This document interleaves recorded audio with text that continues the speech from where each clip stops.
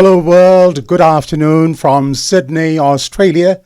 I am Sashi Singh and welcome to Sashi Singh's Talking Point, the Thinking People's program. Thank you very much to all those new followers who've joined us in the last week following the SSTP page on Facebook. After a break of 5 weeks, we returned to our program last week with our chief guest, Mr. Viliame Gavoka. Let me say the response to the program was amazing, to say the least. The figures revealed by Facebook showed that the program had a reach of over 32,000 people. Once again, thank you very much for your continued support for the SSTP program. Last week, we said that we were hoping to speak to Eliesa Tora, former Fiji journalist who now lives and works in Tonga. This will not be possible this week because the internet service in Tonga is still not fully restored. Eliesa managed to send a very short message to say that the internet is intermittent.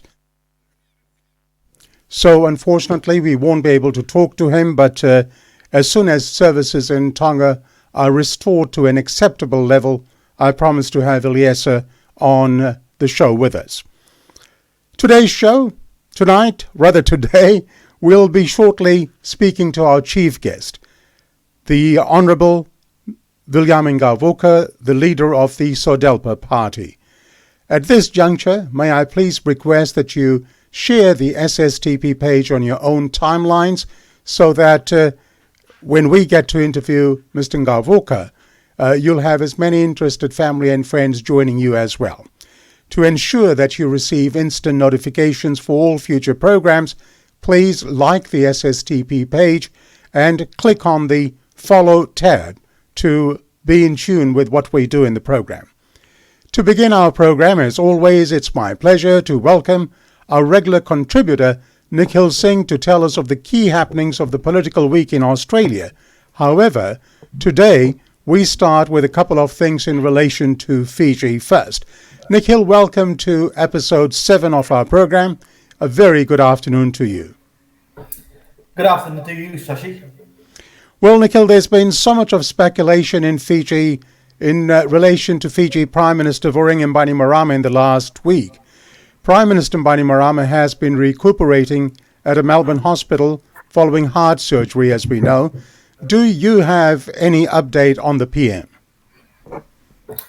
Sashi, you're right. On a scheduled medical checkup in Australia, Frank Bainimarama was advised he needed to undertake urgent cardiovascular surgery.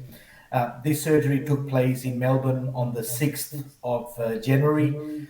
Now, what's happened is the opposition has accused the government of withholding information, initially saying that they were not aware of the Prime Minister's whereabouts, and once it was revealed that the Prime Minister was undergoing surgery, they said that they were not kept informed about his medical condition. So the Fijian government last week reported that the Prime Minister was recovering well, and had previously stated that the Prime Minister would be back in Fiji to resume duties at the end of this month. But Sashi, there is growing speculation that Frank Bainimarama is on his way back to Fiji tonight. There is one thing that is creating this speculation, and that is the U.S. Secretary of State's Anthony Blinken's visit to Fiji this week. According to his schedules, we understand he is due to meet Bainimarama on the 12th of this month. So is the Prime Minister cutting short his recuperation time, given the government has said he was going to spend February and come to Fiji at the end of February? That remains to be seen, but that's the speculation. Remains to be seen what happens. Well, that very, very important meeting with the U.S. Secretary of State, I guess it's a good photo op as well. Well, Nikhil, I understand Parliament in Fiji resumes this week. The acting Prime Minister and Attorney General, Ayaz Sayed Qayyum, has been touring the Northern Division. What's your take on the week gone by and what's in store? Sashi, the Attorney General spent a few days visiting communities in Vanua level, and as part of this tour, he, amongst other things, commissioned Wi-Fi enabled internet connection at two schools, the Koroi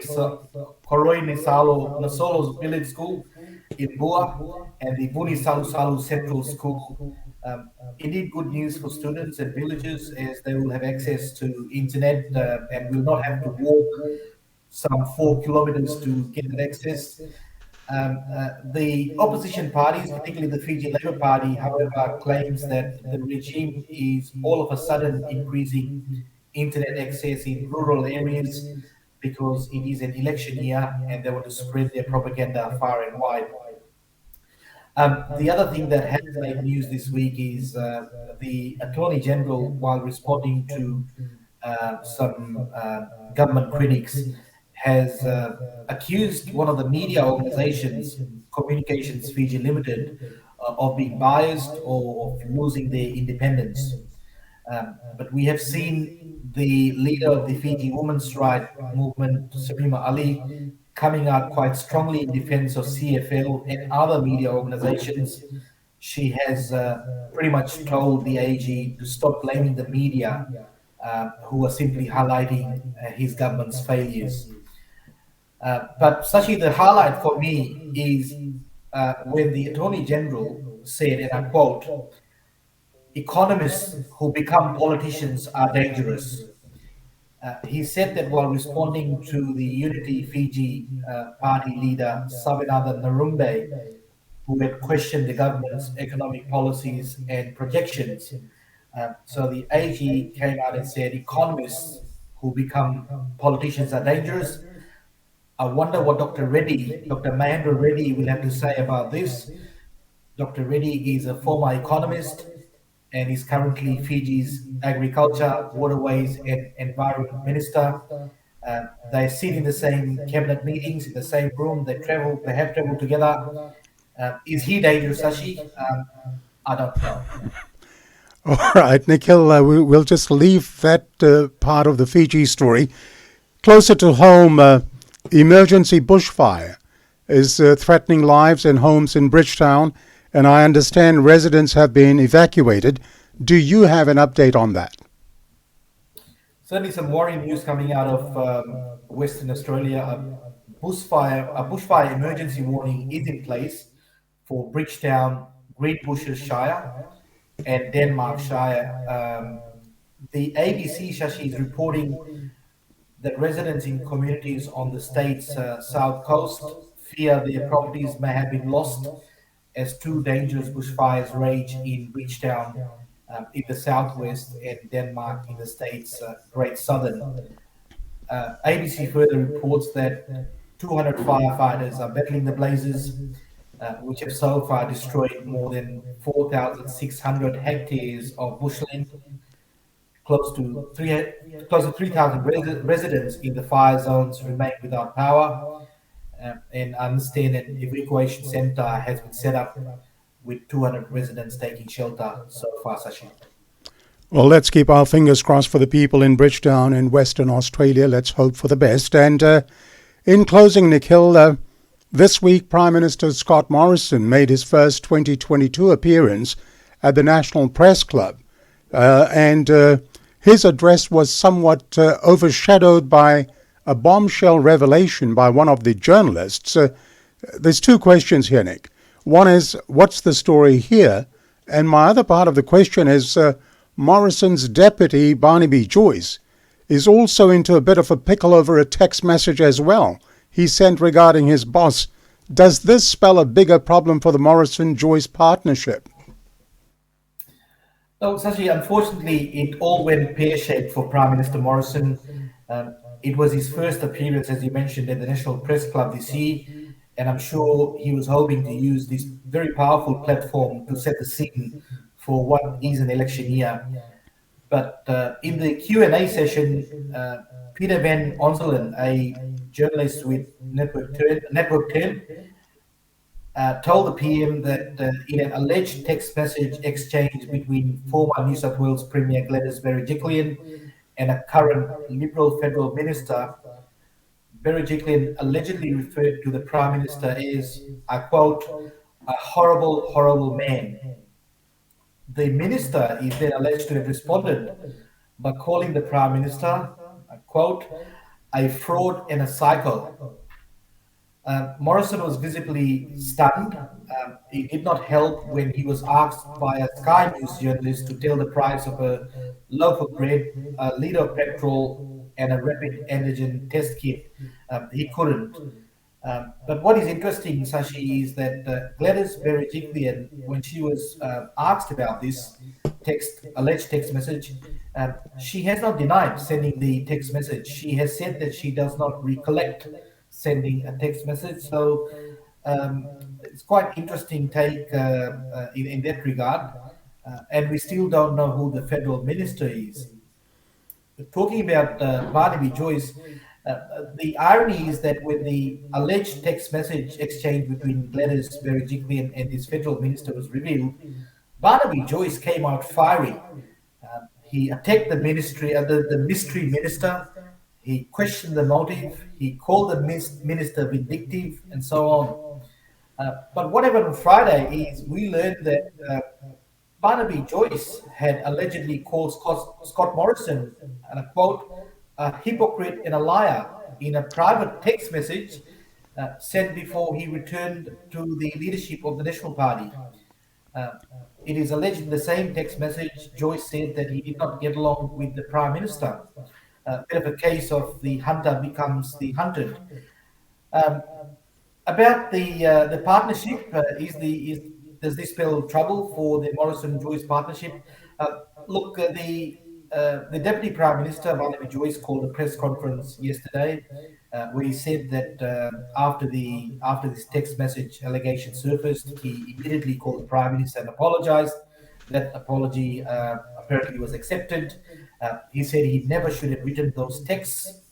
But more importantly, Joyce said he offered to resign as Deputy Prime Minister, but Morrison did not accept his resignation. So there is no secret that the relationship between Barnaby Joyce and Scott Morrison has always been a bit frosty. But Sashi, given this is an election year, I reckon they will play nice, at least in the public arena. Looking at all of this, I guess, text messages coming up with name calling, the opposition is looking at this, is having a bit of fun with it. In fact, the opposition leader, Anthony Albanese, has called the Morrison government dysfunctional. In his words, he said it's a shambles which isn't looking after the interests of Australians because they are obsessed with their internal hatreds and dysfunctions. Let's hope that the coming days will bring some positive outcomes for Morrison. Back to you, Sashi. All right, Nikhil. Well, let's watch and observe in time to see whether there's an implosion within the current government party or not. But look, once again, thank you very much for your contribution this afternoon.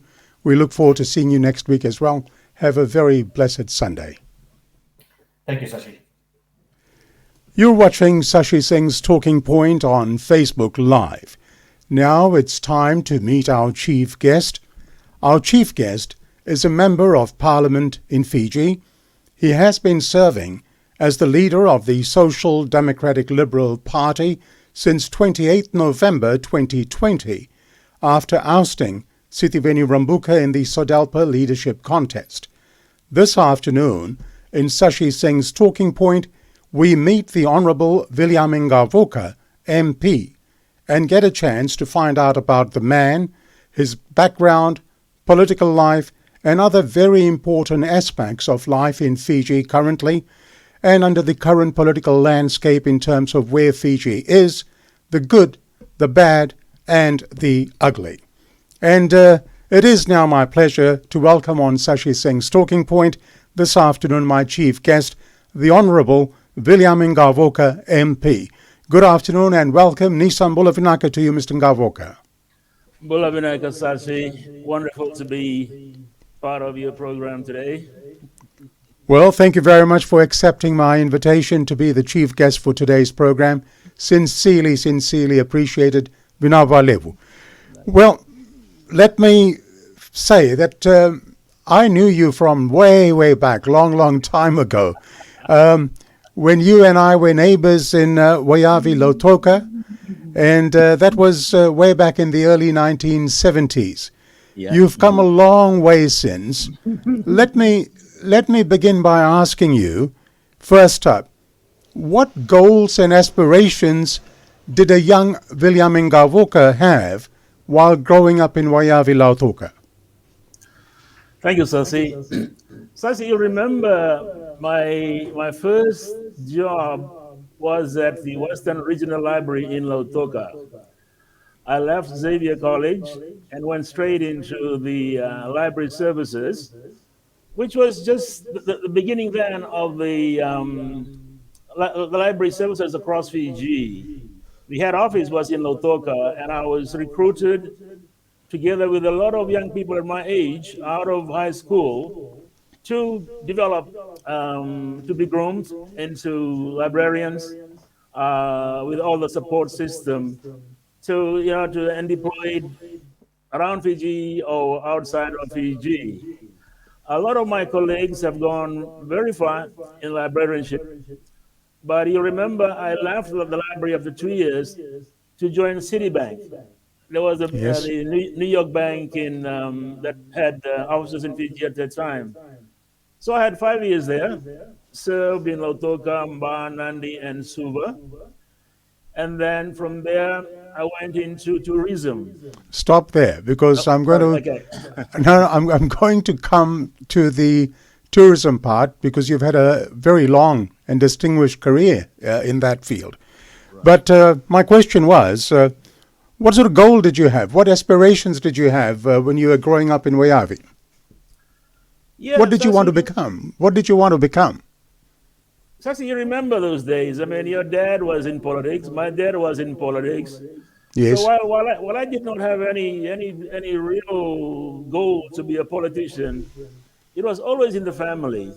There was always this culture of service, culture of relating to people and looking after them and all that. I mean, I saw it every day. My father was a trade unionist. I mean, Indeed. he cared for people, and that somehow subconsciously is what motivates you, in your journey to wherever you aspire to in life. Huh? So I suppose it was in Lautoka, in Wayavi, a very nice community. Everyone was, you lived together. Everyone was so friendly. From there, I think it was the idea of public service was birthed into me around that period. I can well imagine that, because you mentioned both our fathers. And I remember Mr. Gavoka Sr. and my dad as well. In those days, gentlemen like them used to have public service as their first priority. And I remember those days well. Now, Mr. Gavoka, you attended Ratukandavalevu School, RKS, in Londoni. What was your boarding school life for you like? Sasi, Ratukandavalevu Level School was quite tough. It had about 400 boys from across Fiji, all Itoke. And the curriculum at that time was mostly technical. I took up carpentry and joinery. So I would have been a builder if I had stayed the course in RKS. But, you grew up tough in RKS. I was actually in the same dormitory as the Prime Minister today. He was 2 years behind me, also in RKS. So a lot of us went to RKS and helped shape us into what we are today. Like, to be resilient. Life was tough, but, when the going gets tough, you know what they say? The tough get going. You learn That's that at right. RKS. Yeah, absolutely. Yeah.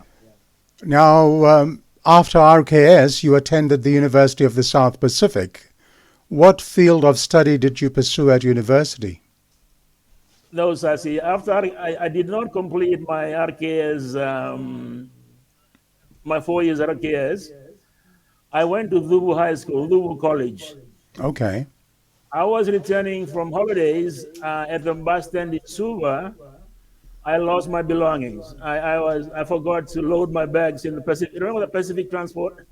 Yes, yes. I forgot to load into that. So my father said, "No, you're not going back to RKS. You're going to go to Dhubu College." So I did Dhubu College, and from there I worked a bit at this Fijian, and then I went to Xavier College for Form 6. I did not go to USP. I went into the library services with the prospects of going through the advancement through the library services. Yeah. All right, then, as you tried to say, I understand you then worked in the hotel and tourism industry. In fact, you were a leading figure in the country's tourism sector with over 30 years in the industry. You were appointed the chair of the Fiji Visitors Bureau, now Tourism Fiji. This was a fairly prestigious post by any reckoning. How did you find this experience? Shashi, after many years in the tourism industry, in running hotels and running destination management companies, I became CEO of the Fiji Visitors Bureau then. That used to be the name for Tourism Fiji today. So I became CEO for 5 years and primarily tasked with marketing Destination Fiji globally. I also had a marketing background in hotels, so it was an easy fit for me to be marketing Fiji globally as a destination. It's quite a fascinating position, very responsible. And during my time, we increased tourism receipts to $1 billion. We made that a target and we made it possible. So, yes, quite a challenging time, but very rewarding for me being head of FEB Today Tourism Fiji. But then some dark clouds came in, I guess, because you were then removed from that post sometime in 2009. How did that come about, and what were your feelings in being removed from that post?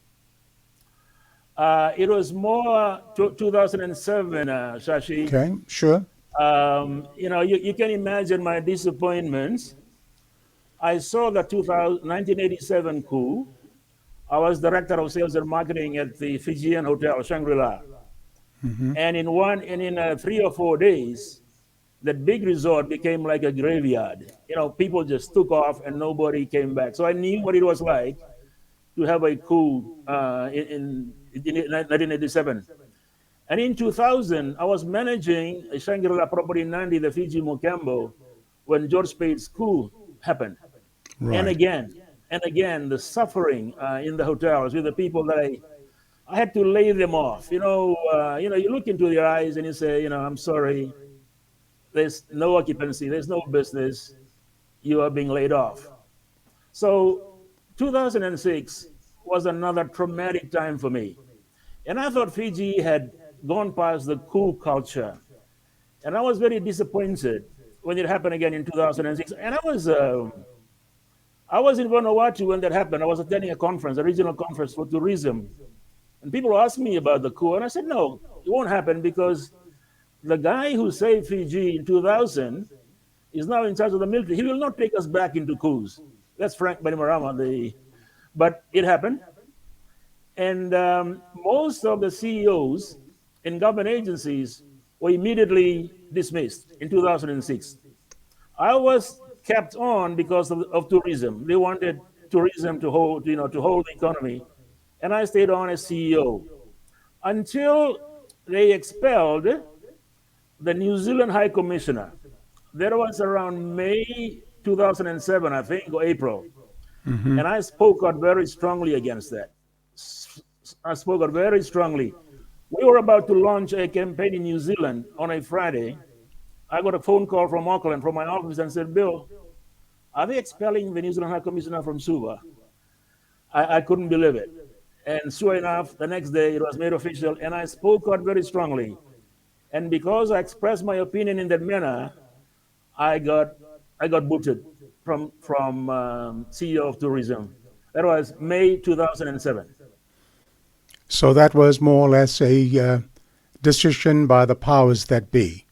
Got rid of you. Absolutely, absolutely. I mean, it was a very. I was fired by my board, and a lot of these guys are my buddies, and actually some of them were there because of my recommendation.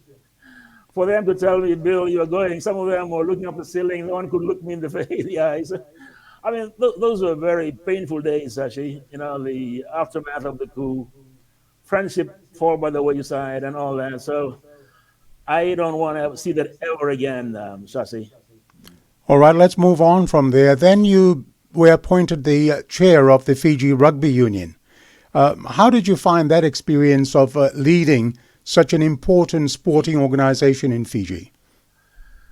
Shashi, it was the fraternity within FRU was very much SDL.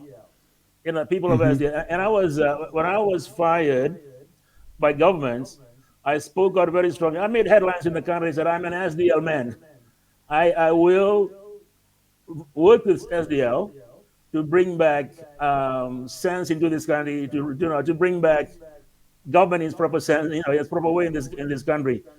So I suppose people didn't like me for saying that, and I became chair of FRU through that fraternity. You know, you vote, they vote you in the unions in Fiji, and I got that to be chairman. When I went into rugby, FRU, Sashi, FRU was technically insolvent. It was bankrupt. For 2 years, we worked hard at it. We managed to make profit and stabilize the finances of the FRU. And 2011 was the year of the World Cup in New Zealand. That's when governments began to move against us, saying, you guys cannot raise the funds to take the team to the World Cup, so make way. And that's the reason why me as chair and my directors left FRU in 2011. All right. Now, I understand that somewhere during that period when you had the position of chair of the FRU, there was an alleged involvement in nearly US $500,000 lottery scandal at the Fiji Rugby Union. What can you say about the lottery and your role in that? The Commerce Commission in Fiji said that it had been improperly run. What's your views on that? Sasi, to help fund because up to that point, Sasi, governments never had any financial interest in Fiji rugby. In actual fact, at that time, with the world rugby in Dublin, government was not allowed to interfere in any rugby organization worldwide. So we had to survive on our own, and it was given to me that we needed to run a lottery to help our boys go to New Zealand. And when you apply for a license to run a lottery, Sasi, it cannot be through an organization. It cannot be FRU. It had to be a person. So, and it had to be a person with a clean record with FERCA, with the tax people. So we looked around, and the board guy said, "Well, chair, you're the guy with a clean record with FERCA, so the license is going to be in your name. So you're going to become the promoter." I said, "Okay." So I became the promoter of the lottery for FRU. Okay. Sasi, it ran for $20 a ticket, and we could not sell enough. We wanted to gross about $3 million, $1 million on cost, and the difference for the boys to go to New Zealand. It was a hard sell, Sashi. I could not believe, because I was part of tourism. I did not know that $20 was a lot of money with our people. I mean, these are rugby-loving people who could not pay $20 for a ticket to go to help our team. So towards the end of the lottery, towards the drawing dates, I decided to discount the ticket by 50%. So I said, instead of $20, buy the ticket for $10, which is normally in any business. If you can sell your stock and time is running out, you discount your stock and sell, right? I mean, it's done with the airline seats, with hotel rooms, or if you bring tapioca into the market. Some people complain to the Commerce Commission and saying that that was unfair, that I discounted the ticket on the last week of the draw, the last week of the. So we knew we lost money, but then you are given about 7 days to do your accounts to the tax people, to account for the lottery. And our boys were doing that. Our people were putting that together as part of the law.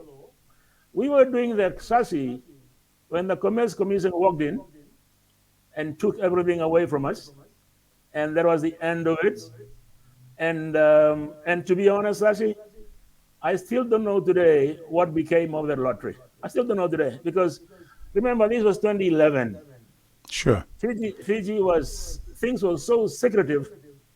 No one told you anything except that my name was Salid. But to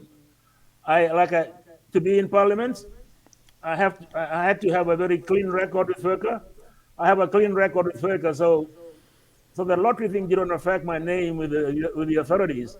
It just it just gave that a kind of an image that I really regretted because there was no there was nothing at all that was improper about the lottery. Sashi. All right, let's leave that there. I have a couple more questions before we meet. We move into the nitty gritty of your role in SODELPA, the politics of Fiji, the situation the country finds itself in terms of socio-economic issues. Couple of very quick questions. You then became the director of Fijian Holdings Limited.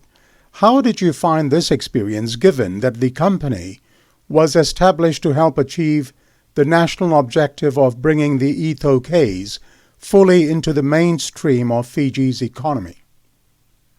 So I say those were some very fruitful days for me. I am always an advocate for the uplifting of the Etokai economically, and that model in Fijian Holdings is one that we should emulate if you want to bring us into the mainstream of commerce. I enjoyed it very much. It's a company that started with a $20 million grant or loan back in the 80s by the chiefs. At the time that I was a director, it had assets of more than 500 million people, $500 million. Right. So, it had about 16 subsidiaries. They were in banking, in the real estate, in retailing, communications, in television, in infrastructure. So it was a very highly diversified company. And that's the model that I always believe can work for us. And in Fijian Holdings, we have partnership with Vinod Patel, partnership with Punjas, partnership with the Arabi Patel family, partnership with a lot of of people from across the communities, and that's the way I believe is the way forward for Fiji. More partnership, but strengthen the companies that belong to the Etokai. You are watching Sashi Singh's Talking Point, coming your way on Facebook Live. Our chief guest today is the Honourable Viliame Gavoka, leader of the SODELPA party. Mr. Gavoka, you then resigned from the Fijian Holdings Limited in July 2014 to contest the elections that year. When do you think you got that first political itch? When did you realize that you wanted to take active part in politics? Sasi, as I indicated earlier, it was always there from the young age, seeing the parents in politics, the excitement that goes with it, the election time, the campaigning. quite a fascinating period for anyone. So I was at that time also director of external relations with the Shangri-La, and I was managing two of the properties, one in Natandola and one in Taveuni. And I had reached a stage where I said, okay, I've had tourism. I've it's time to branch out into something like public service. And I decided at that point to try my hand in politics. And I've always been supportive of SDL. I was always part of the party. We went through some very difficult time. We were contributing financially to the party survival. So I said, look, there's no one from Nandronga standing. I'll raise my hand, and I became that, and I got into parliament. All right. Well, you've just said that you've always supported SDL and, of course, the Social Democratic Liberal Party, SODELPA now. Why was SODELPA important for you? Which part of its ideology appealed to you?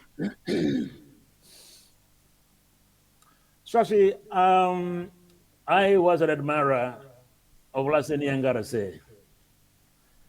And you know his background, finance, Fiji Development Bank, and cooperatives, and all that. And I agree with his philosophy, which is fundamentally this: you need to uplift the Itokes economically. And he was adamant, and he made it very clear in the formation of the party for the Itoke not to believe in coups. We made a very strong case to our people. Coups are not good for anybody, most specifically for the Itoke. If anything, coups have set us back. So the foundation for SDL, as established by Ngarase, appealed to me greatly. I knew what it was like to be in coups, how we suffered. And if anyone suffered, the Itoke were the ones who suffered quite, very badly. Yeah? So I like his philosophy. I like the party. I just wish he had finished his second term. And I think we could have been a very different Fiji with the Itoke gaining some more grounds in the economy of the country. Yeah? It was too bad that there was intervention. He was overthrown on the first year of his second term. Saji? All right. Well, let me now address the leadership issues within your party. Prior to you, the SODELPA leader, your predecessor, was Mr. Sitiveni Rambuka. Under his leadership, SODELPA, the party, performed better than it had in 2014 elections, when in the last elections in 2018, it won 6 extra seats to take its tally to 21 seats in Parliament. I'm sure, as you are no doubt aware, there is an old adage that says, if it ain't broke, don't fix it. Now, what was the thought process and motivation for a challenge in the leadership when you put your name forward and won the leadership stakes on 28 November 2020? Okay. Let me just take you back, Sasi, to 2018. A number of us competed for the leadership. There was Mr. Rambuka, there was Honorable Anare Chale, Viliame Gavoka, and myself. Out of the 4, Rambuka and I, the difference between us was 1.5 points or something. And remember, he came from the SVT camp. I was the SDL person already in Parliament. But we made room for him to come into SODELPA. Okay, so the part of the feeling then was that an SDL person already in Parliament should take on the leadership, and I came very close, but he battered me by 1 or 2 points, and we gave him all our support. We stood behind him, and as you say, the results were better than 2014. Um, we believe, Shashi, our performance in Parliament from 2014 to 2018 gave us the results that we achieved in 2018. I mean, let's remember, all this while, no one could say anything in Fiji for 8 years, from 2006 to 2014. And all of a sudden, you have 4 years of people speaking freely in Parliament. So I believe we did a very good job in Parliament on that 4 years that translated to the votes that we got in 2018. Of course, I'll yeah, stop you there. I mean, yeah. with all due respect, my point is, and correct me if I'm going in the wrong direction, my point being that, as I said, if it ain't broke, don't fix it. You had a party leader, and you had one extra seats. You're all in Parliament, and then all of a sudden there's a change or a challenge in the leadership. And perhaps one could say that is the start of the domino effect, because from there, things, and I'm going to come to that, things started collapsing. So that's my point. What was the motivation? What was the thought process? Any regrets? Shashi, with SODELPA, if you're the party leader and you take the party to the general elections, if you win, you become the prime minister. If the party wins, you become the prime minister. If the party loses, you immediately step down. So Okay. that's where the party is. In Thanks for that. 2018, Well, thanks yeah, for that clarification. Okay. yeah. In 2018, Mr. Rambuka could not take us to victory. So the constitution of the party says he should step down. Somehow he stayed on as party leader and applied to be considered for the leadership contest. It did not sit well with the party, some people in the party, yeah? Because, Sasi, our party is a party with a constitution. The problem with Fiji, Sasi, is personality politics. You have to be a strong man to be a leader. SODELPA does not believe in that. SODELPA believes that the party and its apparatus and its constitution must prevail. Because a strong man will go tomorrow and you're left with nothing, but you look after your party, it remains with you into longevity. So that is part of the turmoil within the party, that he should have perhaps do the right thing as per the constitution and step down. Okay. After you won the leadership challenge, you were quoted as saying, and I quote, "I'm honored that I have him," talking about Mr. Rambuka. Yes. You've said, "I'm honored that I have him on my side.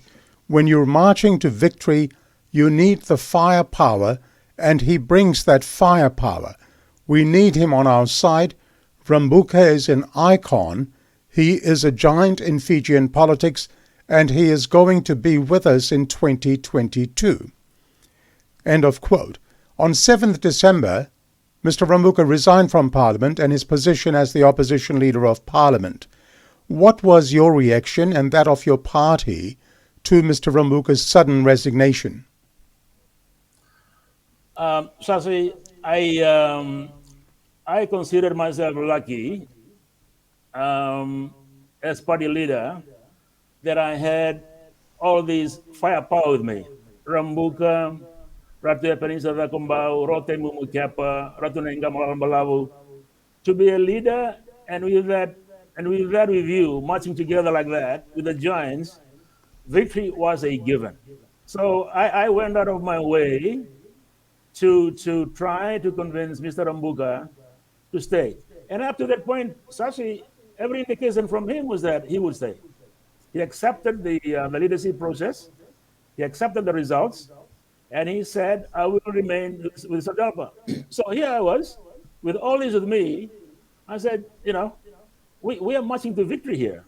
So, I made sure that I reassured everyone that I would appreciate where the strength is, and mobilize it for the march to victory in for 2022. All We right. were surprised. Well, Yeah, sorry. Go. yeah. My apologies. Go on. You were saying something. We were very surprised the day he resigned, Sashi. We were in caucus. Caucus is when you meet together before you march down to parliament. He made no indication to us that he was going to resign. And he chairs the caucus, and then he go around the table, say, "Hey guys, who's going to be talking on this issue? Who's going to be talking on this point?" It was all done. It was all normal until he stood up in parliament and said he was resigning. And I sat behind him. So you can imagine. I think there's a photo of me there with my face going white. It was totally unexpected. I sat behind him. I turned to Honorable Salvatore Androndo. I said, "What's happening here?" He said, "Well, he's resigning." So it came as a shock, Sasi, a real shock. Yeah. All right. Well, taking the premise that you've just said, that your constitution states that if the leader cannot take the party to election victory and the leader cannot become the prime minister, then the leader has to step down as leader. Yes. So given that premise, will that apply to you if you do not become the prime minister in the next elections? Absolutely, Sashi.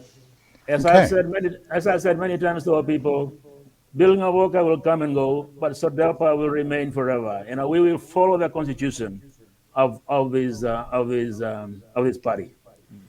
Thank you. Now, moving on. As is common knowledge now, Mr. Gavoka, a new political identity was created under the People's Alliance Party banner led by your predecessor. The creation of the new party also meant that you had a number of defections in your SODELPA party. What impact has this had on your party? Sashi, like you go back to what I was saying, a giant, and when he leaves, there's going to be repercussions within the party. There's going to be ramifications. We knew that. We expected that.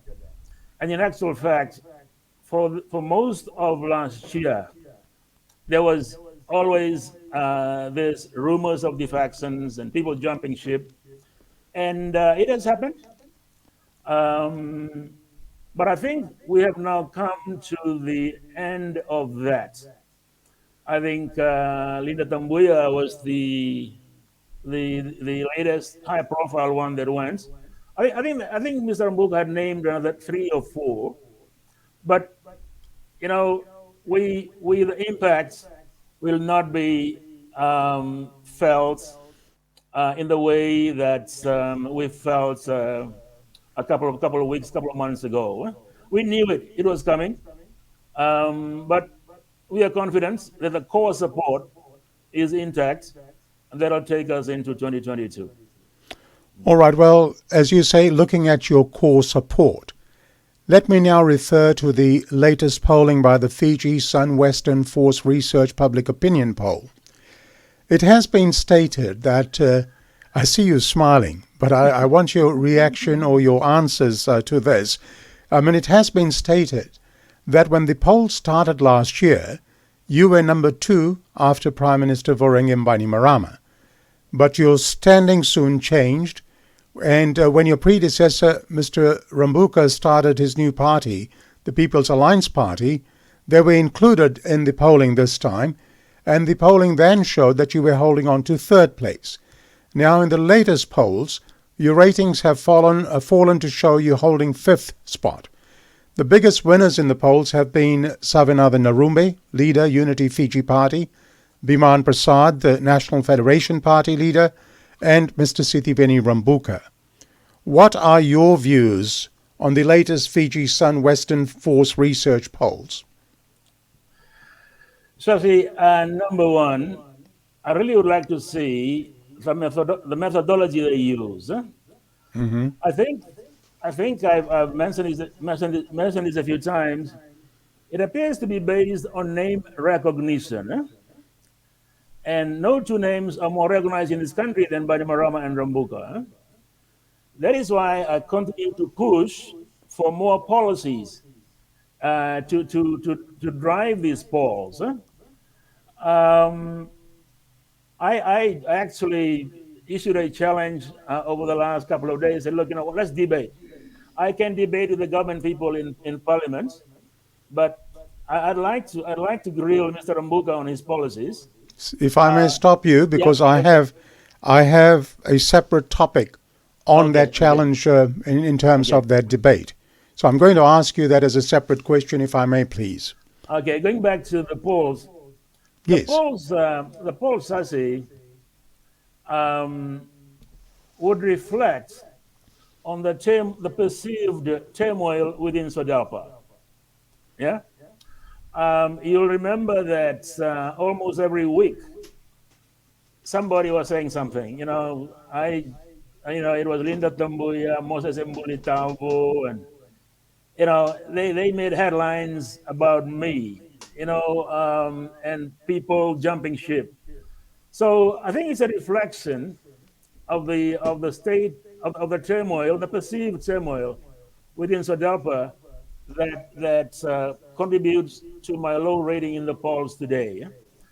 But I have ways to remedy that, Sashi. I can share that with you a little later. But Okay. I've asked Kandele Batiki, please show us a template.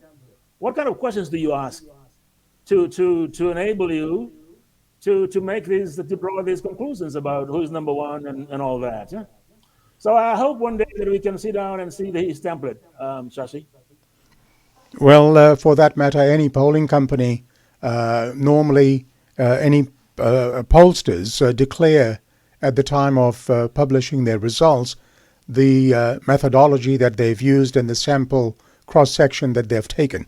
You've just mentioned that you've got, I guess, mechanisms in place to preserve the party, which now brings me to my next question. Your SODELPA party is heading for an AGM soon, and there's some whispers here and there that your leadership may be one of the key items for discussion. Let me ask you, do you think you still command enough support within your party to maintain your leadership come your AGM?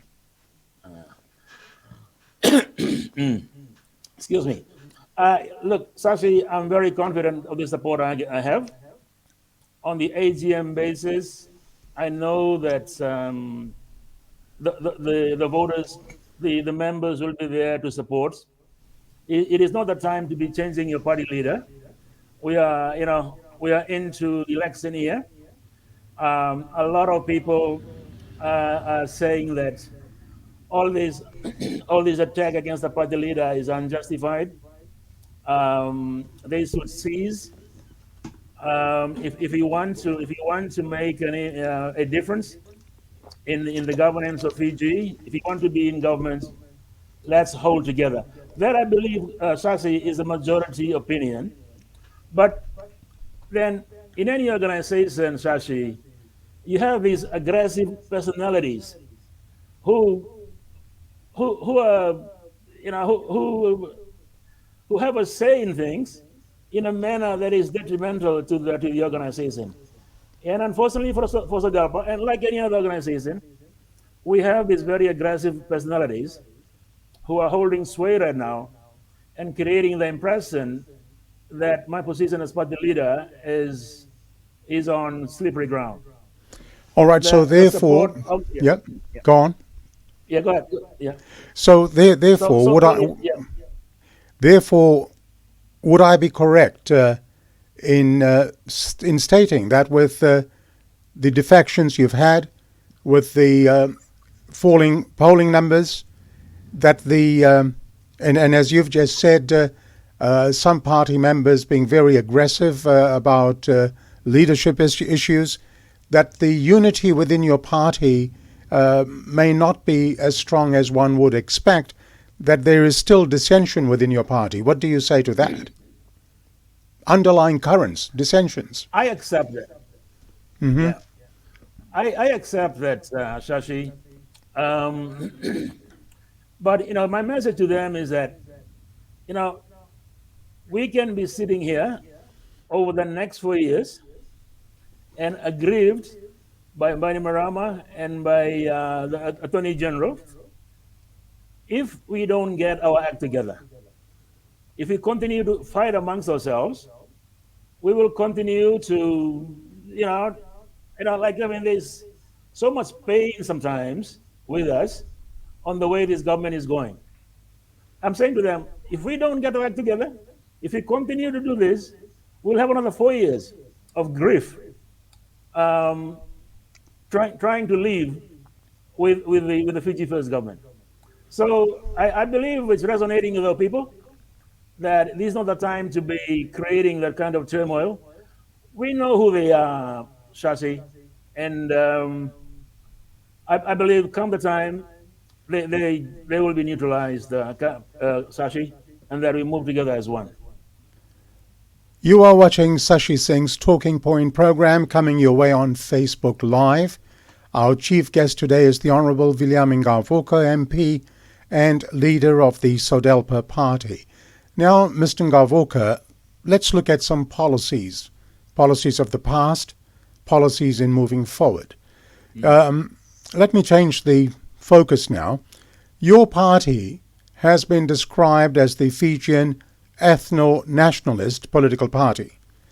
The Oxford University Press defines ethno-nationalist as, and I quote, fighting to establish a new political order or state based on ethnic dominance or homogeneity, close quotes.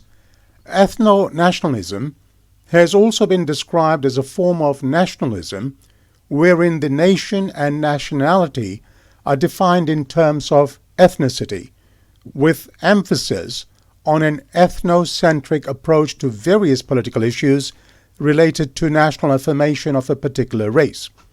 Firstly, in looking at this definition, it would suggest that your party, SODELPA, is therefore a political party for one race, that of the indigenous Fijian race, or as we call it from 2010 onwards, the Itoke.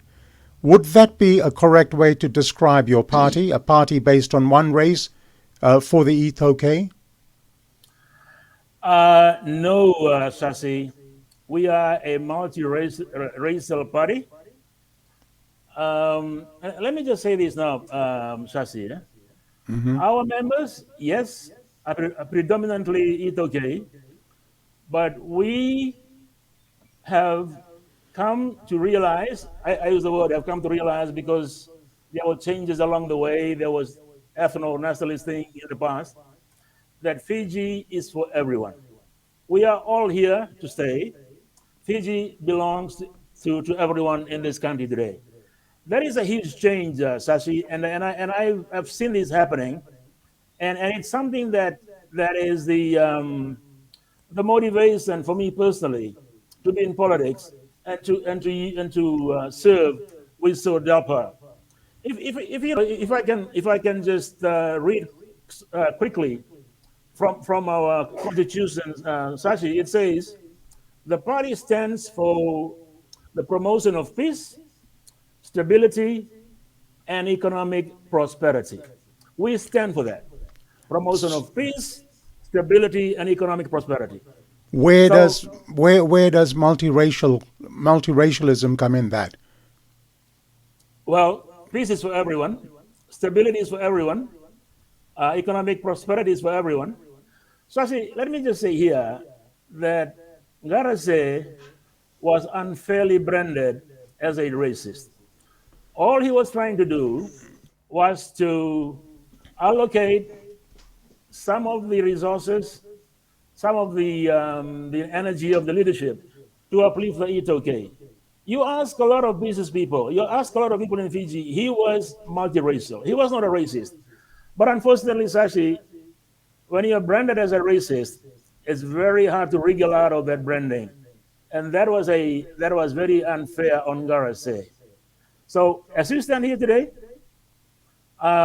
we are for stability, for peace, and for economic prosperity for all. And our ideology is parliamentary democracy in its fullest sense.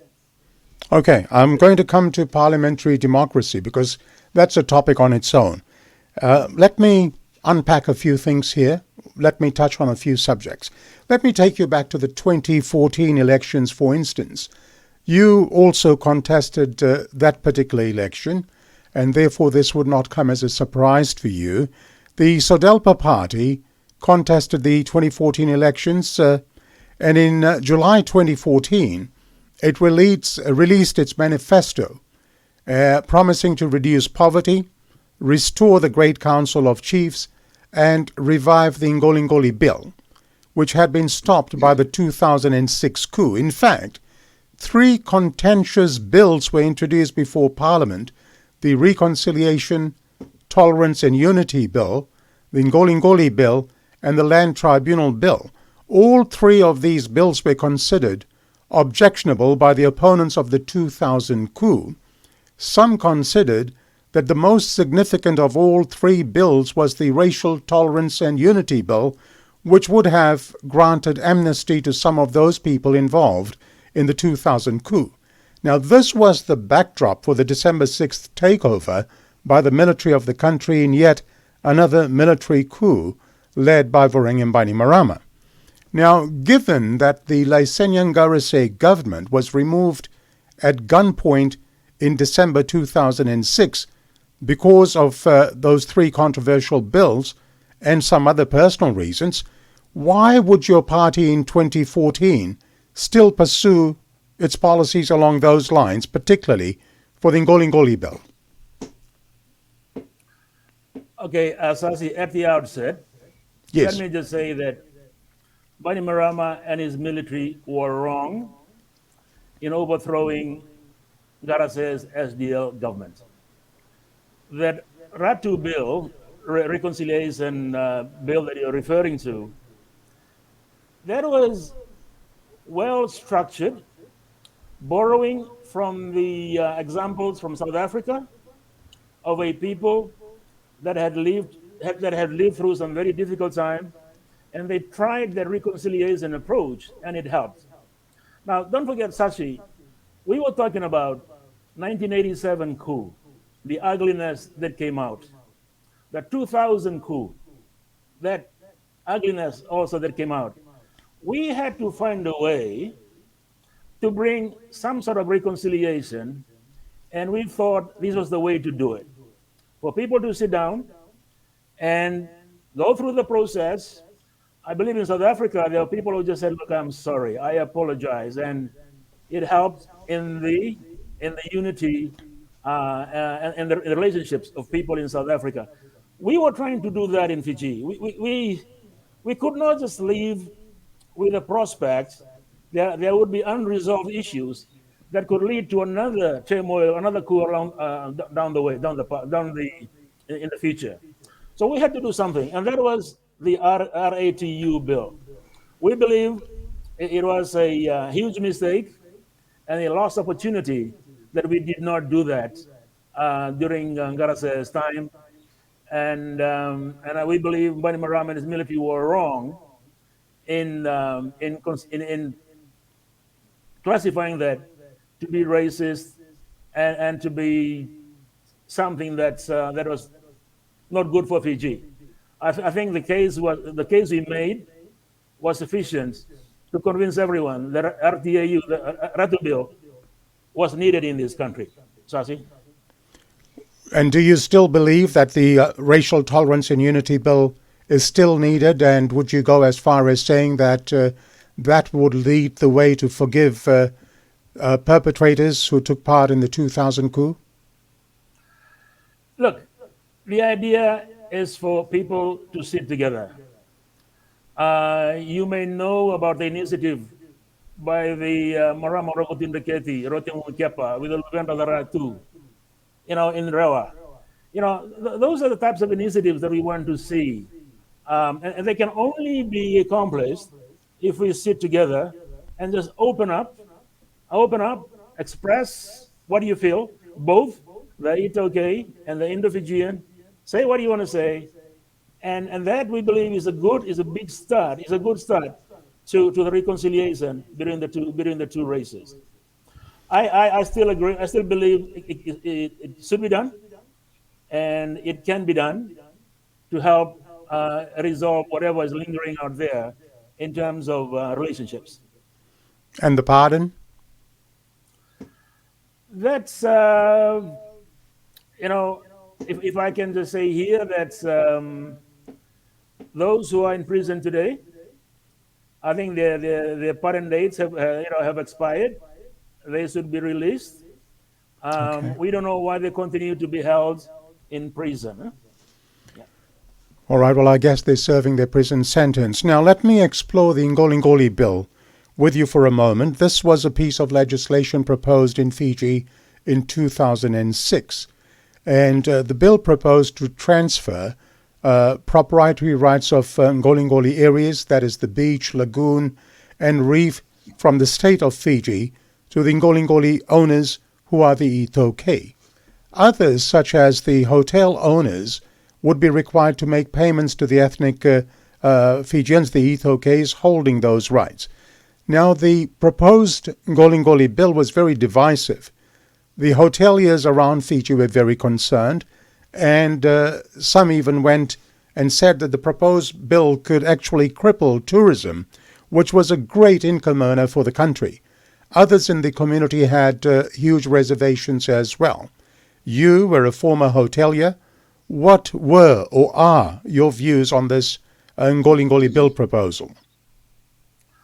I think, Shashi, the Ngolingoli bill was greatly misunderstood. People jumped on the racist bandwagon. It was properly structured. Consultation went through across the country. I think it took about 2 years to bring it into Parliament. I was part of the tourism industry. I saw a lot of overreaction on the part of the hoteliers. People were saying that, this kind of fear mongering, saying, oh, the villagers are going to walk to the beach where our visitors are sunbathing and chase them from the beach or do whatever. There was never an intention like that, Shashi. There was guarantee of access. You could go anywhere in Fiji. And in Fiji, Shashi, we must be the only country in the world where the hotel beach is reserved only for tourists. I was in the Shangri-La Hotel with all the beautiful beach. Not once did the local villagers come and lay claim on that beach since 1967. You go to Bali, you don't want to step out of your pool because as soon as you step into the beach, there's hordes of people there trying to sell you swords or whatever. Not in Fiji. You go to anywhere in the world, that the people don't respect the hoteliers' privacy in their beach. Even though we say that beaches are public property, but the people of Fiji today, the native landowners, respect the beaches where hotels operate. Warwick, Shangri-La, Noviti, Mana, and all those places, General, you don't see that happening. So it was a lot of overreaction by the hoteliers to suggest that tourists would be inconvenienced or would be disrupted by the landowners. So Dr. Biman Prasad had a look at the Ngolingoli bill, and he said, no, it won't cause any problems in the country. It won't bring any economic harm, as people were saying. So it was more a very powerful lobby that destroyed the Ngolingoli bill. Let me give an example, Sasi. Because we don't own the Ngolingoli, there are hoteliers today that operate hotels on our fishing grounds. The overwater bungalows in Momi, in Liku Liku, in Sabu Sabu, they pay nothing to the Ngolingoli owners. If they operate the hotel on the land, they pay lease on that land. But when they operate on the sea in the Ngolingoli areas, they pay nothing. So that is an injustice. If we had owned that, we could say, look, you pay your lease on this piece of reef in the same way that you pay your lease if you're operating this hotel on the land. So there are many implications of that, Shashi. But to suggest that it would have destroyed tourism was really overblown, and people trying to create mischief against the leadership at that time. Huh? Yeah. Well, isn't look? You're in Parliament. Isn't Parliament the august body where the rights of the Ethiopians should be addressed and robustly debated? Absolutely. I mean, the Ngolingoli bill was a parliamentary exercise. And this is what Garase was always saying to us. Don't take the law into your own hands. Use But parliament. hold on. Mm, Post Mr. Ngarise, yeah. post Mr. Ngarise, 2014 onwards Parliament, 2018 onwards Parliament. Yeah. Oh, of course. I'm one who who's a very strong advocate for the Itoke, based on my belief that lifting the Itokes economically is going to benefit the country. I mean, here you're talking about the biggest number of people with the resources they own. If you uplift them, it'll be like the rising tide that lifts all boats. Fiji will benefit. The economy of this country will grow significantly if you uplift the Itoke economically, Shashi. All right, let's move on to the 2018 election platform.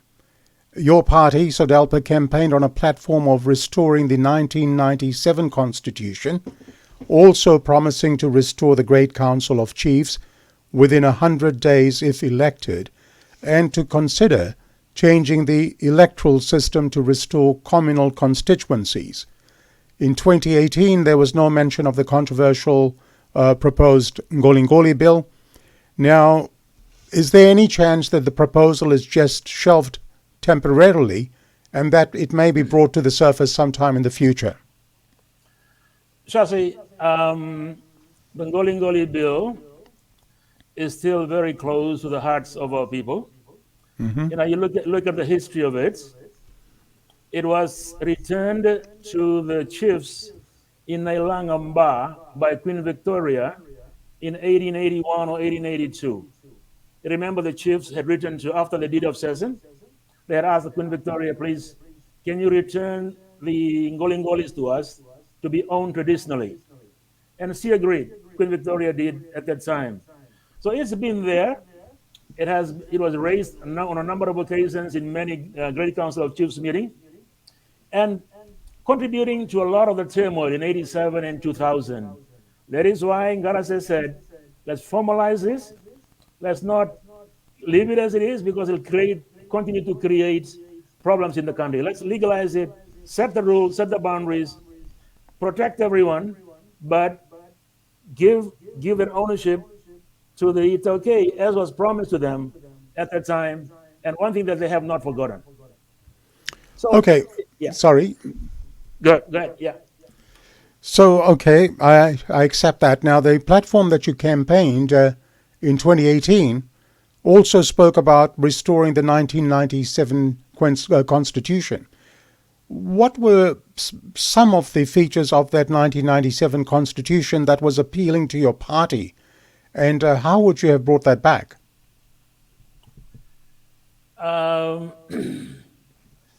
Sashi, it will be very difficult to change the 2013 Constitution, because you have to have about 75% of the vote in Parliament, and then you do a referendum. So that would make it basically difficult to change what we have today. But you remember, Sashi, there was that High Court case, Ngarase versus Mbanimarama. The ruling went in favor of Ngarase. I think some QCs from Australia came and sat in that High Court. Was it 2009, I think? Yes. So that ruling technically is still alive. So, it could be a way out, Shashi. So, okay, so what were some of the features, though, that I mentioned briefly? What were some of the features of the 1997 Constitution that was appealing to your party? You know, the representation was more balanced and more, appropriate to the country as a whole. I've always said with my people that every sector of the community must be represented in parliament. With the current system that we have, there are parts of Fiji where there are where they have no parliamentarians. Ra would be an example. Ba would be one, and Telewu and Itasiri. The 1997 Constitution ensured that every province in Fiji, every community had a rep in parliament. That was one of the advantages of that one that I would like to see brought back. And every community had a seat in parliament. There was one for the Itoke, the Indo-Fijians, the general electors. Everyone was represented. Today, the general electors, there is one, but the other islanders, there's no representation at all, Shashi. So that was one aspect of 1997 that I'd like to see brought back. Well, obviously, in terms of representation, Fiji now has the Dehont electoral system, which is based on a national constituency. We'll come back to electoral issues shortly, Mr. Gavoka. Now, the Great Council of Chiefs, as I just said a little while ago, your party manifesto in 2018 stated that the GCC would be restored within 100 days. What is your stance heading towards the 22 elections? Will you still consider restoring the GCC? Yes, Sasi, but in a different capacity. You remember that with the 1997 Constitution, they elected the governor, the president. They had their own nominees in the Senate. They decided on who chaired the TLTB. That will not apply with the 2013 that we have today. But we wanted to be a standalone body to look after, separate from government, to look after the affairs of the Itoke. There are many things that only the Great Council of Chiefs can do for us. We want to upgrade a lot of the cultures and traditions of the people. Some need to change, some need to adapt. We need village bylaws. All these things can only happen with the blessings of the Great Council of Chiefs. Bainimarama and his government have tried to bring in village bylaws. People would not accept it. So this is where the chiefs play a big role for the protection of the Itoke ways. There's still a lot of disputes on title holders. That can only be resolved by the chiefs. So they have a role to play for us, and we will set them up with all the powers, but not as a government entity, but solely for the benefits of the Itoke. So, in other words, you're trying to suggest that the Great Council of Chiefs will act as, perhaps for want of a better word, a supervisory body for Itoke matters, Yes. Full stop. Custodian of what we treasure. Yeah. Sure. Now, I'm just going to run a suggestion that was made in the program last week by my chief guest, Mr. Rambuka, in terms of discussions about the GCC. Now, Mr. Rambuka's suggestion was, and I just want your thought on that the GCC ought to be somewhat similar in role to that of the House of Lords in England. As you know, the House of Lords is the second chamber of the UK Parliament.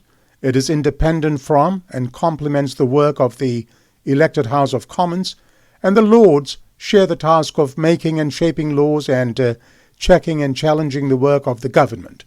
Would you like to see, I know what you've just said, that the GCC be separate, but not as a lawmaking body. I'm throwing this idea because it was suggested last week. Would you like to see the GCC given this sort of powers, or to maintain what you've just said? What do you think? Well, to do that, you would need to change the Constitution, 2013 Constitution. And I don't think that is possible. The reality of it is that it cannot be done under the 2013 Constitution. But the 2013 Constitution can create a body like the GCC to look after the Itoke specifically and protect the Itoke way of life. That is where I'm coming from. I want them to play a very active role in the protection of the Itoke. There's much to be done, like I said, and when you do that properly, the country benefits. There's more order within the Itoke. There's less turmoil. I mean, there's always a dispute over the chiefly titles and who owns this and who owns that. Only the Great Council of Chiefs can come to bear and resolve a lot of those issues. So I'd like them to play a very active role in the affairs of the Itoke. So that is why I'm not really supportive of creating them to be the House of Lords kind of stuff. Yeah. Okay. On Sashi Singh's Talking Point live on Facebook this afternoon, our chief guest is the Honourable Viliame Gavoka, MP and leader of the SODELPA party. Please share the link on your own timeline so that you may include your family and friends in this broadcast. A full recording of this program can also be viewed later on Facebook and on YouTube as well. Now, since the inception of Sashi Singh's Talking Point, Mr. Gavoka, these next series of questions have been asked of all its guests. Let me please ask you to address the following, and these are everyday bread and butter questions and considerations for the people of Fiji. First of all, let's look at poverty. Fiji's poverty level makes for horrifying statistics. I just read somewhere yesterday that just over 300,000 people in Fiji are on the poverty line. People living in poverty, what discussions have taken place in your time in Parliament to alleviate this problem? Sashi, at the outset, the minimum wage has to increase. And it is very much part of SODELPA's manifesto to increase the minimum wage from $2.67 to $5. I know people disagree with me on this, especially the business people, but it is something that we will do, and it will happen, and we believe that goes a long way in helping poverty.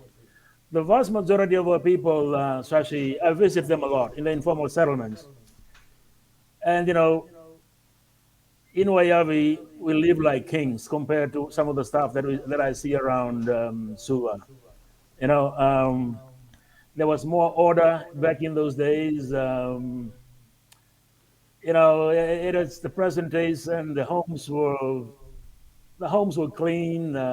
People were comfortable, were happy. I don't see a lot of that these days, Shashi. Our focus is to improve those informal settlements, Sashi. I went into a place there, they don't even have rubbish collection. In Suva, because they live in informal settlement. We will fix all that, Sashi. Water cannot come to them. They cannot connect to electricity because of some regulations. We will remove all those regulations, Shashi. So our focus is to up the minimum wage and attend to a lot of those social issues that are infrastructure in nature. I'm going to come back about the national wage. You've mentioned an increase in the national wage. I'll come back to that. But my question was, you're a parliamentarian. The parliament actually sits from tomorrow again, correct? Right. Right. So you're in parliament. Here, on the one hand, we have 300,000, not small measure by any stretch of the imagination, 300 odd thousand people on the poverty line. What is being discussed in Parliament? I mean, are there any discussions about trying to address these issues? Yeah, all the time, Shashi, because together with poverty is violence against women, you know, against children, and I keep telling them in Parliament, the other side, I said, look, poverty is driving all this. With with with with people being comfortable, there will be less abuse. You know, alcohol abuse, drugs, uh, tobacco, you name it. It all stems from poverty.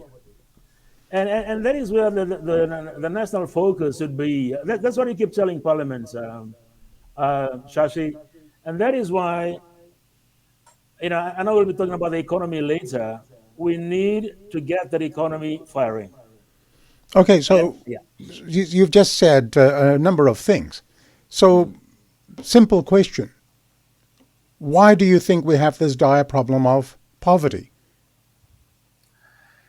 Uh, there are many reasons for it, Shashi. One of it is the dislocation from the migration into the cities, into the towns and cities, the mushrooming of informal settlements. Um, it points to a failure in our rural policies, the policies that keep people in the rural areas and make sure that they are productive, supported in the activities in the rural areas, so that they don't drift into the cities, in the towns, and live the way they are today. So that's also part of the reason. That's one of the reasons. There's also some land issues. People are dislocated, and that also needs to be addressed. We must come to an arrangement so that people don't lose their land and migrate into the cities. So that's two examples, Shashi. But All right. yeah, Yeah, yeah, go go ahead. on, please. My apologies. Go on. Yeah, but I would look at the economy as pivotal in addressing these poverty matters, Shashi. All right, Mr. Ngavoka, unemployment is a major concern in Fiji. What is your view on unemployment issues, and why do you think, or what do you think should happen, again, at least to try to alleviate this problem? Okay, Shashi. Number one, we will be focusing on agriculture in a big way. Fiji's agriculture's contribution to the GDP is below 10%. It used to be a lot higher than that. And that is where we need to keep our people and have them employed with income commensurate with market values and all that, and keep people in the rural areas and employed. That's agriculture. Number two, Shashi, is the economy in general. It must be firing on all cylinders. Granted, the tourism is down because of COVID, but tourism, Shashi, has the biggest inventory in the country. It has hotel rooms, it has airline seats, ships, buses, and cars. So when it comes back, it will make a difference as it did in the past. So I would keep tourism alive, keep pumping money into the properties so that they are ready when tourism returns. We actually had quite some very good days around Christmas and New Year in the hotels near my home when they reopened. So there's tourism. Um, the other resource-based sectors, Shashi, we are sitting on the biggest mature mahogany plantations in the world, valued at some $6 billion. I have asked Banimarama many times, what are you doing about this? Are you just going to export them as sawn log? Or you want to create an industry like a Fiji sugar industry, make it a Fiji mahogany industry, value add, manufacture in Fiji, and that's $6 billion worth of stock there, Shashi. So and pine resources, Shashi, need to be developed, and that to me is the way out for poverty. You cannot continue to do handouts, and that is what the problem is. We have spoiled people by the handouts that Fiji First has been, you know, has been the mainstay of their campaign over the last couple of years. Let me take an issue here. Yeah, go ahead. Let me take Yeah. an issue here. You've been in the tourism game for years. Call yourself an expert in terms of the tourism industry. Let me raise a point with you. I believe it's a fallacy. I believe it's a false imagination where powers that be consider incoming tourism to be a proper basis for an income earner. The reason I say that, let's look at Australia, for example. Australians who book their flights from Australia at Flight Centre or any number of given agencies or online, they book their package deals, and as you know from the tourism industry, the money first of all starts getting retained here in Australia. Tourists who come to Fiji on a package deal don't go out and spend hundreds or thousands of dollars. They stay in the confines of the hotel. At the very best, they might go to the market and buy some bananas and pawpaws and Fiji water, etc. The real people who come to Fiji and spend money are returning Fiji citizens. So if we're looking at the tourism from the point of view of the white Australian people coming to hotels, there's not much money there. Would you agree with that? I disagree, Sasi. This is a fallacy that was started somewhere here in Suva, where people said that tourism money doesn't come into the country. It does. The package would be, say, $3,000. There's a portion of that belongs to the travel agent in Australia and the wholesaler. The vast majority ends up with a provider in Fiji. Hotel, Fiji Airways, if it's the airline, the transportation system. It comes to Fiji, Sasi. That has been there for quite some time. It is not true. The vast majority of that money comes to Fiji. You pay your wages. As I was a hotelier, I paid my wages from the income that I got from Australia and all those places. We need to change the thinking. Somehow it has stayed around for too long, Shashi. If there is any concern about tourism, it is the leakage factor. In that, out of $1, you need to spend another 20% or 30% to import in services to suit the tourism industry.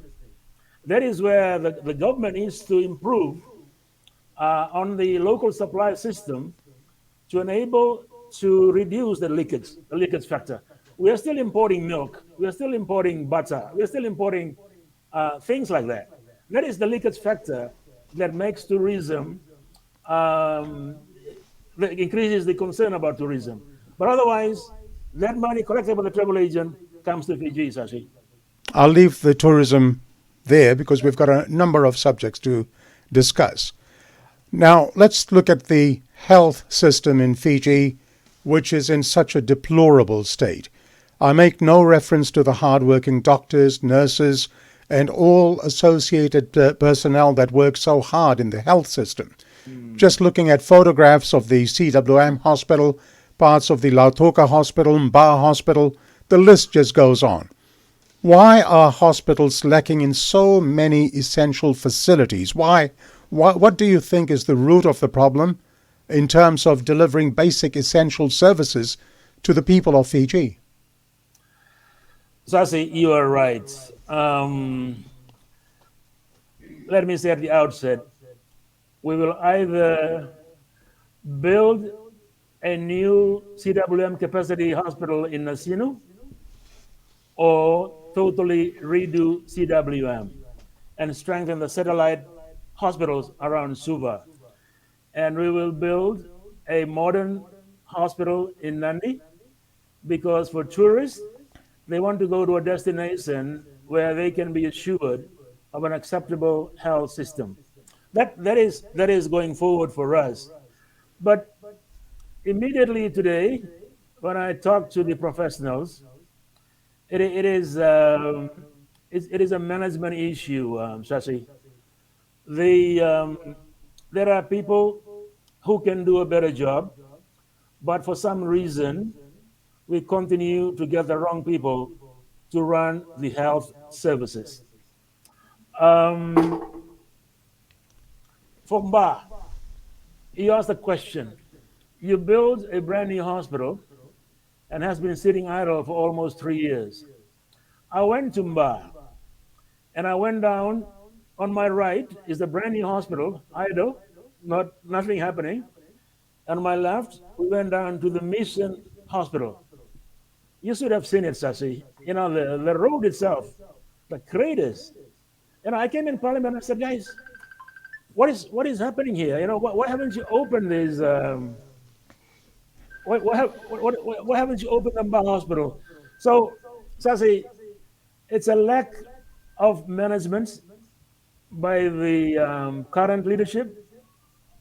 One parliamentarian there, Honorable Tikon Dundua, took a shot over a toilet in CWM, and it had no hinges, it had no nothing, and so does to us in Parliament.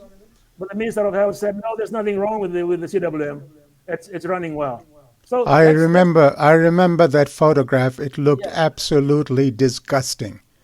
But, absolutely. The Minister of Health said, no, nothing like that is happening. Sometimes, Sashi, we appear to be having dialogue with the deaf. Yeah.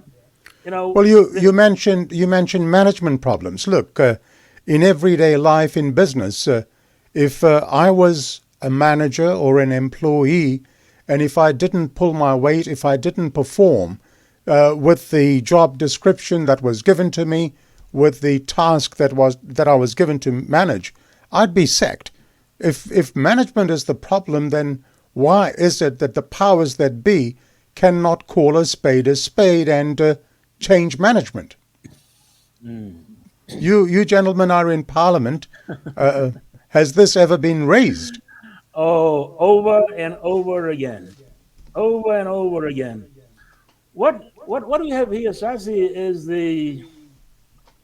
this new, I call them the new regime, this government, dismantling the support structure of the past.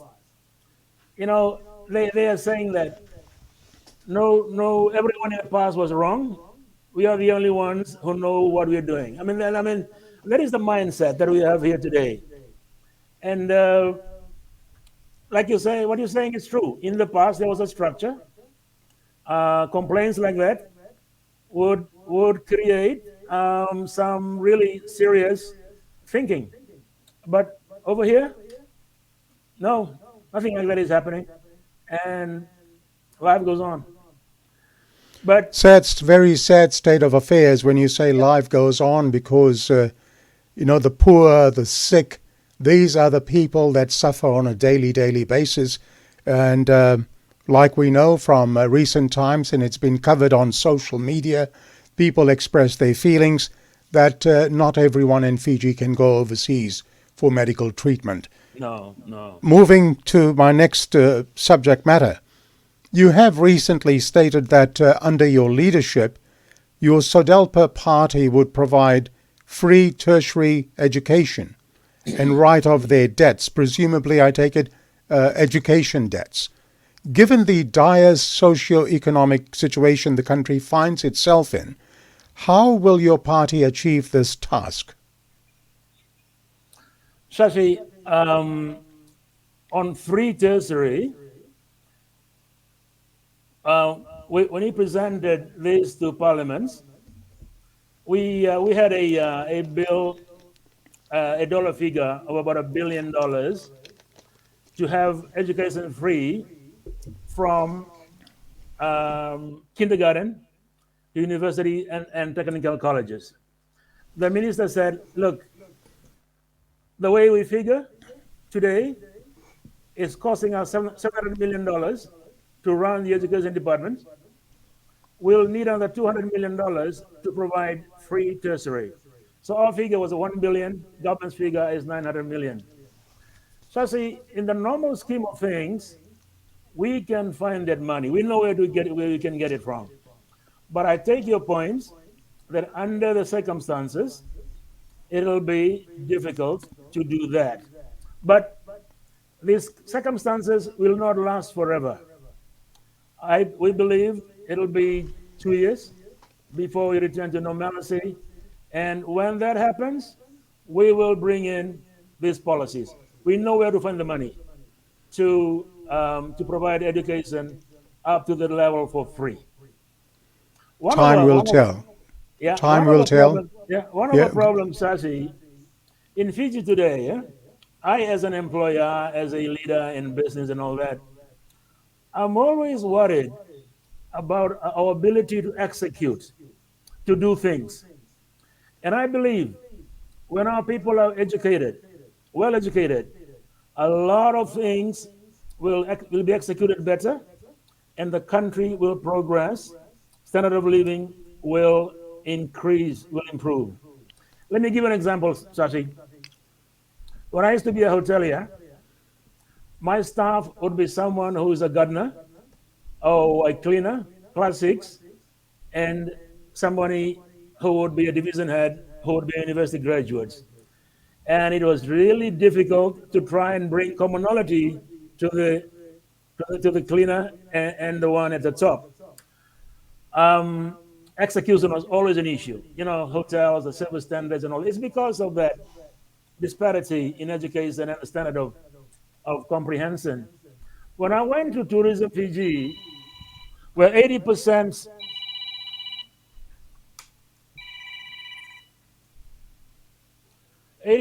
of my staff were university graduates, they were finishing my sentence, actually. You know, I would say something and they finished it for me. And to me, that really taught me and convinced me that Fiji needs to educate its people to execute better and thereby raise the standard of living in this country. And we are prepared to do that. And when no more time comes, it'll be free education to universities, Sashi. Well, like I said, time will tell. Moving on, let's discuss human rights and workers' rights. As I said at the outset of this series of questions, I've asked this of all my guests who have appeared on the show so far. Do you think that human rights abuse in Fiji has increased in the years since the last coup in Fiji? We are signatories to just about every UN resolution out there about rights and all that. We've done just about all. But I think the implementation in the country is still very, very lacking. Question: do you think that human rights abuse in Fiji has increased in the years since the last coup in Fiji? I think it's still a concern.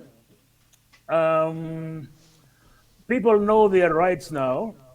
They can take the matter to the authorities. But I think there's still this element of fear that, I mean, the law says there's no abuse of human rights, but the application of it is lacking.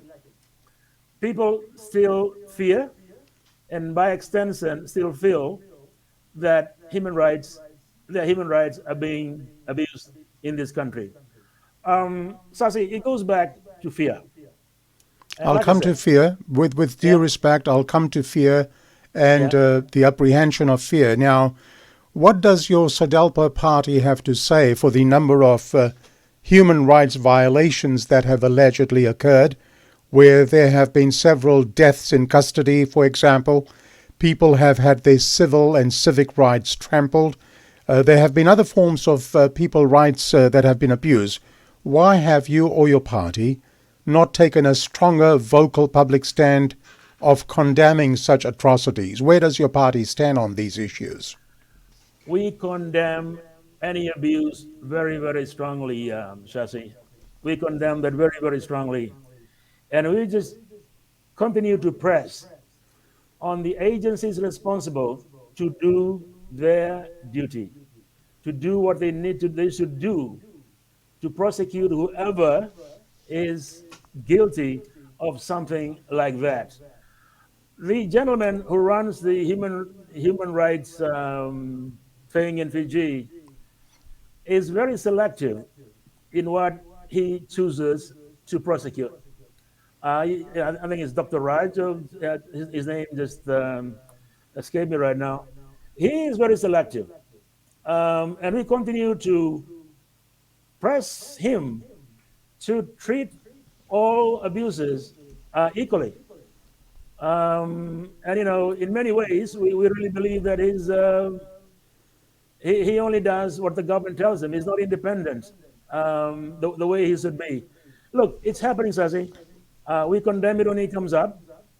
Um, but the application in terms of going after the persecutors is an area that we continue to be concerned with. But Now, what? yeah, Yep. yeah. Going back to your question, I in Parliament we have passed all this legislation that protects the rights of everyone. And as a parliamentarian, you're happy that laws have been made. But I think in the areas of application is where the concern arises.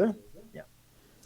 All right. Now, workers' rights to organize themselves in peaceful protests, trade union movement activities, etc., have to a large degree been curtailed by any number of laws and decrees in the past.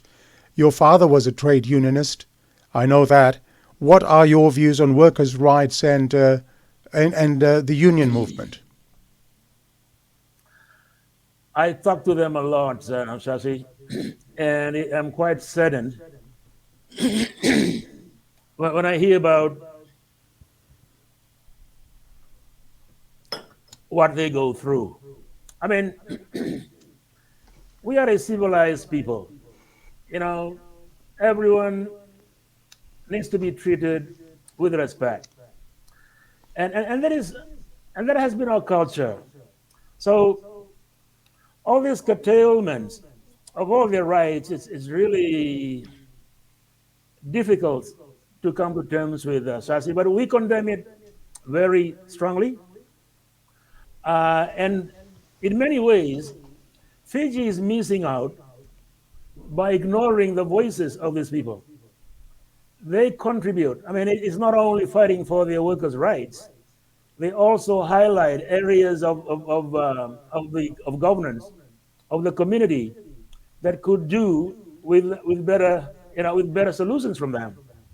I talked to the Teachers Association, and they tell me about the difficulties in the teaching profession, how people have been promoted beyond their capabilities, how they push aside the experienced teachers. um, it's the structure has just been totally almost demolished, Shashi, And, I can go on and on, but let me just say it here. When we come into power, trade unionists will regain what they have lost. I like to talk to unionists. I like to be guided by what they see to be fair for the workers. And my government, the SODELPA government, will ensure all that is restored to them. Like I said, we can go on and on. We won't get anywhere, but I make that commitment, Sashi, going forward. All right, there's a lot I could speak about as far as the union movement is concerned, but I guess if ever a day comes when somebody from the government comes onto the Sashi Singh's Talking Point program, I would love to address all these questions to them. And as a point of clarification, for those wondering why I have not had any guests from the Fiji First Party, let me again reassure you that I have extended an invitation to the Attorney General via the email provided by his office. I've sent emails, and I've also asked either for the Attorney General or any member of his cabinet to appear on this show. I've yet to receive a reply. Now, Mr. Gavoka, you've stated in the past that under your leadership, you would ensure that mandatory minimum wages will be $5 per hour. Do we have the money in Fiji to do this? As you said a little while ago, employers are reluctant. Obviously, employers will be reluctant. Sashi, we cannot always listen to the employers on this issue. Huh? You study it, whether it's New Zealand or the USA or wherever, there will be resistance to it. But we have the political will to do it, and we will do it. And we believe that it is good for the country, good for the economy, and that the fear-mongering by the employers are overblown and have proven to be incorrect. So we are committed to that, Shashi. It will happen. All right, Mr. Gavoka, let's look at some governance issues here. Given that you have been in the Fiji Parliament for 2 terms now, what are your views on government's accountability and transparency? Is the Fiji First government, number one, accountable to the Fiji people? And do you think this government does practice transparency? On a huge part of the equation, I would say no. And let me qualify that. We have in Fiji, in Parliament, what we call the Public Accounts Committee. Now, in most Commonwealth countries, the Public Accounts Committee is chaired by the opposition party. In Parliament, there are 7 committees: Economic Affairs Committee, Law and Order Committee, Natural Resources, Social Affairs, 7 altogether. One of them is Public Accounts Committee, and the most powerful, because it reviews all the work of the Auditor General. And it highlights, the Auditor General, as you know, should be a fearless person, and he's done a wonderful job. But they fired this one over here because he was fearless. So what happened with us in Fiji was that the standing orders had followed the model of the other Commonwealth countries by giving the chairmanship of the Public Accounts Committee to the opposition. And we in SODELPA decided to give it to our fellow opposition member, Dr. Biman Prasad. We work closely together. We sit in opposition. So Dr. Biman Prasad became the chairman of the Public Accounts Committee. And like I said, it is a very powerful committee, and governments and parliamentarians fear this committee. I think you may know let's face it, Dr. Biman Prasad was removed, wasn't he, by this government? Yes. From the Public Accounts Committee. I'm coming to that. Right. He began to highlight all the anomalies within the government departments, the government way of operation. And Dr. Biman, very articulate and very specific, presents his case well. And he at did least not has, sit and he at well least, and with- Bill, and sorry, Mr. Gavoka, if I just can interrupt, and he at least has a fair dinkum economics degree. Absolutely, absolutely. He's a professor of economics. Yeah. Yes, please So go on. You can imagine these guys in governments with the books of government being scrutinized by a committee chaired by an economist and an experienced person like Dr. Biman. So it was a couple of months of major discomfort on the part of the Fiji First government, and they decided, okay, what you do is that members of the PAC committee decide on who should be a chair. So instead of observing the standing order that it is mandatory to go to a opposition member, the chairmanship was left to the members of the committee to decide. And in that committee, there are 3 Fiji First, 1 SODELPA, 1 Federation, INFP. So they voted, the chairmanship went to the Fiji First person, and Dr. Biman Prasad was pushed out. So that was it was tragic for Fiji, Sashi, and it only tells us that they are not comfortable being scrutinized. Now, when you have that committee, the chair decides on what is to be discussed, and because he's got the majority on his side, their ways prevail. So government is trying to check on itself, whereas it should have been the opposition doing that. So Well, that you should answer see, your question on that one, Sashi. well, you've taken a long time getting there. The fact of the matter is, we have a situation that prevails in the country where trade unions are suppressed. I remember the good old days where trade unions used to represent the workers, and they used to fight for the workers. They'd go into arbitration. There was the tripartite forum, and there were discussions between all parties concerned, the employees' representatives, the trade union heads, members from the labor department, etc., and government. So those things have disappeared. Here, you mentioned the Public Accounts Committee. Dr. Biman was removed. So, transparency is a big question. Which leads me to the next point. What about the cry? There's a huge cry from the people of Fiji that corruption in government is rife, and appointments to key government positions are not made in merit, but made on who you know, the contact and family ties situation. What are your views on corruption and nepotism in government? Does it exist? And if it does, how does one get rid of it? Sasi, you need a change of government. You need to put in place check and balances to ensure that corruption, is rooted out, and that nepotism is also not the way we do things in Fiji.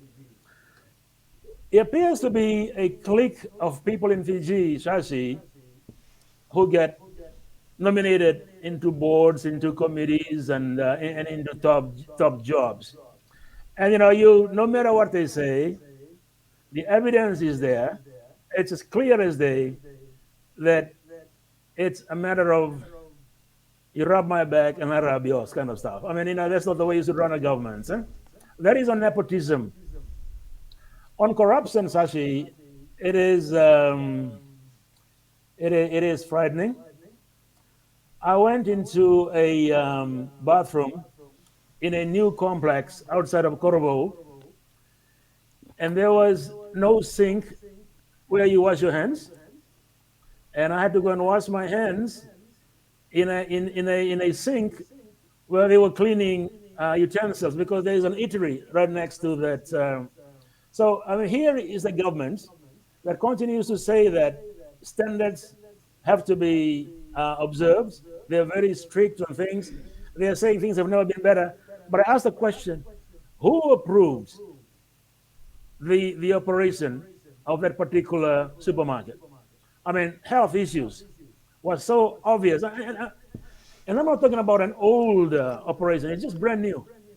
So that to me, I see that every day, but that was an indication just lately that things are being done in a manner that would suggest that corruption is happening in the country. Shashi, So, something, yeah, go ahead. so just to Go ahead. reaffirm, because Yeah. I'm mindful of the time, I've got the time, I don't want you to run away. I've got a whole lot of other things to discuss and some very important topics as well. But just in a yes or no answer, that was a two-version question. So you do agree that corruption does exist in government Yes. and Yes. nepotism does exist in government. Yes. Let's leave it there for now. Let's move on. One of my favorite subjects, those following the program know that the concept of democracy is very, very important to me. In fact, the hallmark of democracy is that citizens have the right to question the government of its actions. This is possible only possible if proper information about government decisions and policies is provided to the people. Now, Honorable Gavoka, do you think that democracy is well and alive in Fiji? Be honest. Let's call a spade a spade. No. Thank you. Yeah. No, because it is a controlled kind of democracy. Somebody, you're encouraged to say what you want to say, but I control what you're going to say. I think that's the best way of putting it, Shashi. Yeah. All right. Well, let me just explore one small aspect of democracy being practiced in Fiji. Why do you think, and of course, let me qualify this, Mr. Gavoka, this is not a personal attack on you. You're a parliamentarian, and it's my honor and privilege to have you on the program. And, it's a joy to have you share these things with the people of Fiji. You're a party leader, so please, there's no reflection of anything personal. I hope you understand that. Thank you. Sure. Now, why do you think that the media in Fiji is so scared to call want of a better word, so scared to call a spade a spade? The media, they have been under so much of threat and scrutiny. Do you think this meets the standards of living in a truly democratic country? I guess you've already answered it when you said no to democracy existing in Fiji. No, definitely no, Shashi. We keep bringing up the media decree, and we want it to be totally removed. They keep saying that everything is free in this country. We know it is otherwise. Let me give you an example. I was Please a do. board member of Fiji TV, and Fiji TV happened to be a little different from the other state-owned TV, expressing its opinion differently. There was a time when the licenses to operate would be given every 6 months, and it would be given at midnight on the day that it expired, the next day. So, say December 31st, Fiji TV would not know whether it would operate on the 1st of January. So, try to make sense out of that. We just, I was, like I said, I was a director, and it was a belief that they did not like some of the items that were aired on Fiji TV. Well, in most countries, Australia being no exception, the fourth estate being media, fourth aspect is the cornerstone of the society, because it's the fourth estate that keeps its eye wide open on things that governments do. Moving on, my next question to you is that why is there a climate of fear and apprehension in Fiji. Why is it that people are too afraid to talk openly? Let me give you an example. I've asked a number of very highly qualified people to take part in this program, and they are just fearful. They'd love to, but they're too afraid to. So why is that climate of fear and apprehension there? Shashi, your career, your family, your opportunities, things can quickly close down for you. I mean, that's a sad part about living in this kind of community. It's parliamentary democracy, but very much controlled. And the people you spoke with, um, the vast majority of our people, the professionals, would not agree to talk to you on a platform like this. We had a case in Parliament. We wanted to run out. We had a question. Children, university kids, were playing on Albert Park, and we wanted to just go and quickly ask them, "What do you think about this?" Nobody wanted to give an answer. I might lose my scholarship.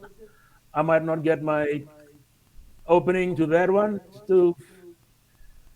So that is why in 2014, SODELPA came up with a slogan, "Reclaim Fiji." Reclaim Fiji. Bring back that freedom. And for this time, our slogan is time for change. We want to bring back freedom immediately, Shashi. Immediately. It's been too long living in darkness. All right, now I'll leave that line of thought there and move to electoral issues. Do you believe the office of the Supervisor of Elections is truly independent, or are there outside forces that calls the shots in that office? Shashi, we need to worry about perceptions.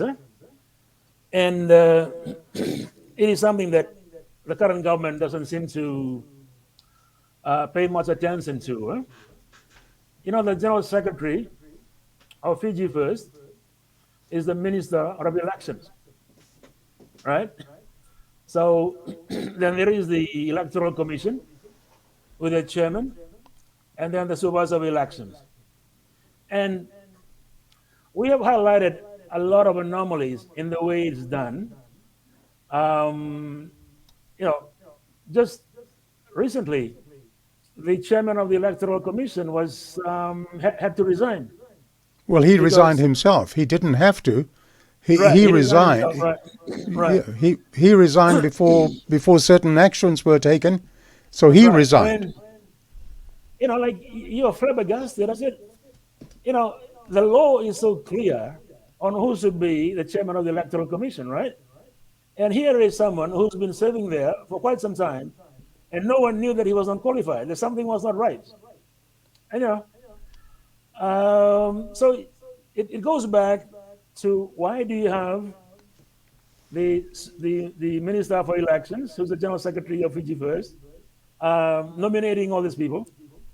The Supervisor of Elections has done 2 elections. There's quite a bit of concern about him. Shashi, we will go through this one. We believe there will be a change in government, and we'll make some huge improvements in the way we conduct our elections, Shashi. Yeah. So moving towards the next elections, it could be any time between now, after July to January. Simple question. Do you have confidence in the current Supervisor of Elections? Shashi, I see you thinking. I see you thinking. Yeah, confidence in the sense that we are watching him very, very closely. Anything that comes up, we put it across to him if we disagree. So he's under the microscope. And I believe it's healthy. And for someone with a question mark, having him under the microscope from SODELPA, from Unity Fiji, from Labour, from NFP, helps him on the straight and narrow to deliver on a election that we all believe to be, that we hope to be fair in 2022. All right. Now, Mr. Gavoka, as I mentioned, Fiji is heading towards the election sometime in the next few months. How do you, as leader of SODELPA, gauge the mood in the electorate? We set out with a committee of thinkers, and I asked them to come back with a slogan. And it was very easy. They just said, look, everywhere we go, everyone is saying, time for change. And that's our slogan. And it's resonating well within the community. And we believe represents the mood of the people today. Shashi. Okay. So the mood is time for a change. Time for Okay, change. now let's look at another situation. Up until a few months ago, it was the Fiji First Party, SODELPA, NFP, Unity Fiji Party, etc.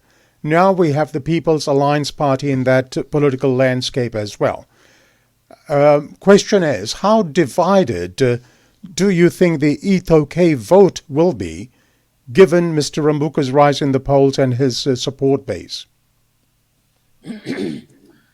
As I've stated earlier, that he's got a name, but we believe that SODELPA is a very strong brand. You know, branding is very important in terms of the of parties. We believe that our support is still very much intact at all levels, and that we'll hold on to the vast majority of our votes in 2018. Mr. Rambuka is number one today, is the front runner today because of his name. I believe that when we get into policy dialogue, when we begin to grill each other, things will change. Now, don't forget, Sashi, he was very well known in 1999 as Prime Minister, but he lost very badly in the election in that year because of his policies. So, Well, all right. Okay, yeah, go so on. the people of Fiji are very discerning when it comes to policy issues. We believe we can hold on to our support and grow to win the elections in 2022. Okay, so just wrapping up this electoral issues section here, the segment. So do you believe, briefly, if you could answer it briefly, because I want to move to other matters, do you believe that election 2022/23 will be free and fair, or will there be need for concerns? Let me Or answer we this, go fingers crossed? free and fair if we are vigilant in watching the elections, people. And that is what we are doing. We'll be very vigilant. He has given us 2 elections. We came very close in 2018, the opposition parties. And I think 2022, we can be comfortably confident that it should be fair. Fair enough. But like I said, continue to watch like a hawk. Huh? Okay. Let's look at the military's role in Fiji. The military has, since 1987, ensconced themselves in Fiji's power shuffle, and today find themselves in a far greater role than ever before. What is your view with regards to the military and the governance of the country? Yeah, thank you, Sasi. There is a provision in the Constitution that says that they will be responsible for the welfare and the safety of all citizens, which is very much open-ended and can encourage the military to intervene at any time in the future. Under the doctrine of necessity. it's provided so in the constitution that they Yes. can, yeah, they can move in if they feel that people are no longer safe or things are wrong, so they can move in, which is a provision in the constitution that we really would like to relook at, and come to understand its true meaning. There are many interpretations. Um, Okay. yeah. So um, what you have today, Shashi, is that the military today is very different from 1987, 2000, and 2006. I see a lot of professionalism within the military. The officer corps are all very highly educated, and they subscribe to the highest standards of governance that I have seen for quite some time in Fiji. So I'm comfortable with them knowing the mindset with the military today. They will respect the results of the general elections. I think that will be very important. Yeah. Now, Mr. Gavoka, in the budget estimates for 2021-2022, the RFMF has been allocated a total of $79.7 million, and I stand to be corrected on that. Given the state of the country in terms of its socio-economic standing, the poverty level, high rate of unemployment, poor deteriorating health services, and many, many problems, why do you think there's a need for such an allocation, and why do we need such a military force? Where's the impending threat coming from? Good question, Shashi. It's something that the people of Fiji will need to really address, um, and the dialogue has to be in depth and quite broad, um, because it is an institution that has been very pivotal in many areas of our life. Huh? Um, Questions have come up whether we need them or not. Somebody can make a case and saying like, yes, we do. Um, but in terms of what they chew up in terms of the budget, there's some very serious concern that maybe they're costing us too much. So that kind of dialogue will be for another day. Um, but they are here for this time. Let's just, once we come into Okay. power, we'll have the dialogue, across the country, yeah, to determine that. Yeah. I respect your answer because I totally understand where you're coming from. Now, let's move on. You mentioned earlier, and it's been covered in the press in the last couple of weeks, you challenged Mr. Rambuka to a debate. You said that you wanted to debate him. You issued that challenge. Why did you want to challenge Mr. Rambuka?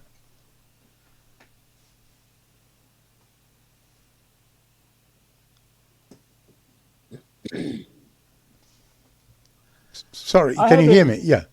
I have been intrigued. I've been mystified by the way they do these polls because, yeah, yeah, I can hear you. Yeah, I've, the way they do these polls, and like I said earlier, I want to see the template. I want to see the methodology because it is very damaging to SODELPA. The suggestion that your party is going nowhere. You know, um, and perceptions um, can be can be damaging to anyone, to any party. So I kept asking Dalimbatiki, Mr. Dalimbatiki, you've said in the paper, Dalimbatiki himself had said, Mr. Rambuka has got no policies. So and the journalist who queried him on his policies were quite disappointed that he was evasive. And here he is, being number one in the running. So I'm just saying, look, let's settle this thing properly. On what basis are you making someone a front runner? Is it name recognition? Because I really would like the people of Fiji to elect their leaders based on their policies. and I'd like the debate to start now. All right. So I issue that challenge. Let's you're the front runner. Let's validate the position that you're holding today. All right. Now, let us address the elephant in the room. I mean, what is the elephant in the room, one may ask? Well, it is obviously an important and obvious topic, which everyone present is aware of, but which I guess isn't discussed, as such discussion is considered to be uncomfortable. Mr. Gavoka, the obvious and glaring question that arises is, why would you not issue a challenge to the Fiji First Party, or for that matter the Attorney General, to a debate? Would that not make an interesting peak time TV audience and interest? People have been asking this. Where's the challenge to the Fiji First Party?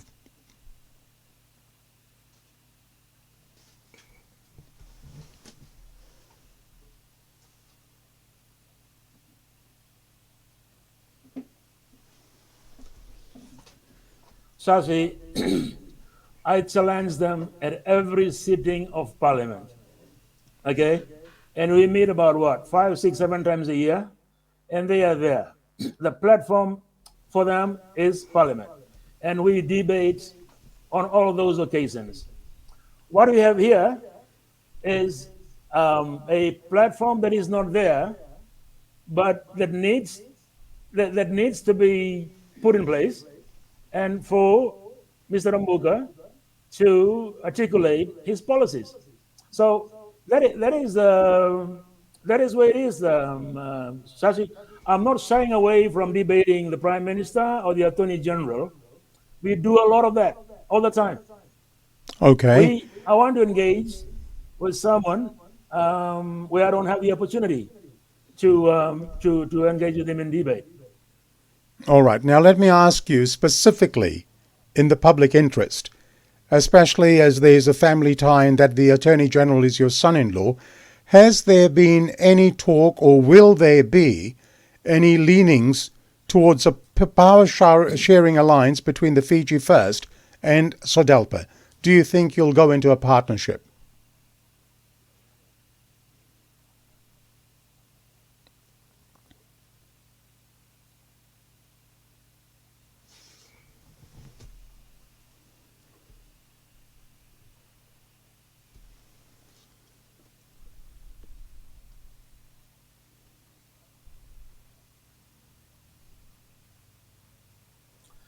Shashi, the short answer is no. Okay.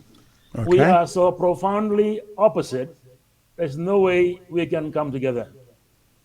He has his manifesto and I have mine. The two are poles apart, and the possibility of that is virtually nil. Okay, now given that it is the Fiji First Party that has been pivotal in the dismantling of many of the important ETOK institutions, and the perception is that the Fijian identity is being destroyed and slowly eroded, can and will SODELPA even consider, for want of a better word, sleep in the same bed as the Fiji First Party? I've just given you this situation. I know you've said no, but can you say no again to this question?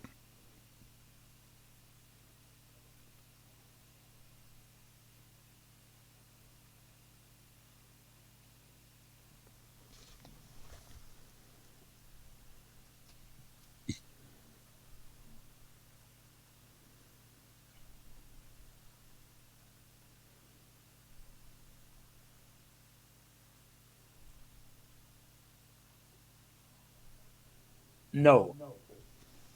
All right. Yes, please go on. We spoke earlier on about the GCC, the Great Council of Chiefs. There is one reason that we want them to be revived, to recoup whatever we have lost under the Fiji First government. You need experts. Yeah, you need experts, people with authority, with power, to put back in place what the Itoke have lost under the Fiji First government. Okay.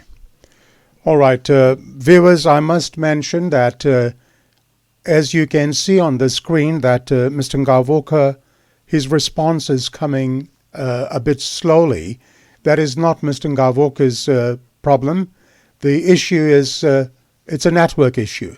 And because it's a network issue, I believe my questions reach Mr. Gavoka in a delayed pattern, so please bear with us. Now, moving forward, as you are no doubt aware, Mr. Gavoka, the Speaker of Parliament, Ratu Ipeli Nailatukau, has ruled against a NFP motion seeking to allow the late Professor Bridgelal's family to travel to Fiji to scatter his ashes in his birth village of Tambia Lambasa. The Speaker went even further and ruled out any parliamentary debate on the issue, thus killing even any discussion on the matter, saying that allowing the motion would interfere with the mandate of the government. Question: what sort of parliamentary democracy are we witnessing in Fiji? Is it not the repudiation of the supremacy of the House of Representatives of the people of Fiji? And is the government's mandate above the Parliament's right to debate matters in Parliament? What is your response?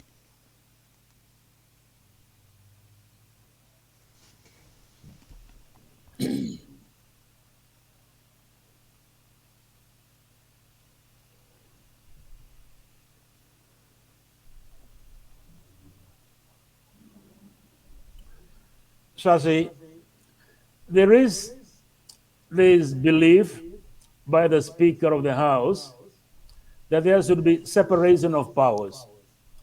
We try very hard to try and understand what he means by that. The way he reads it is that if there is something that is being decided by the government or falls into the responsibility of government, Parliament has got no right to question that. He calls it the separation of power. Shashi, we are mystified by it. We have tried to argue over and over again.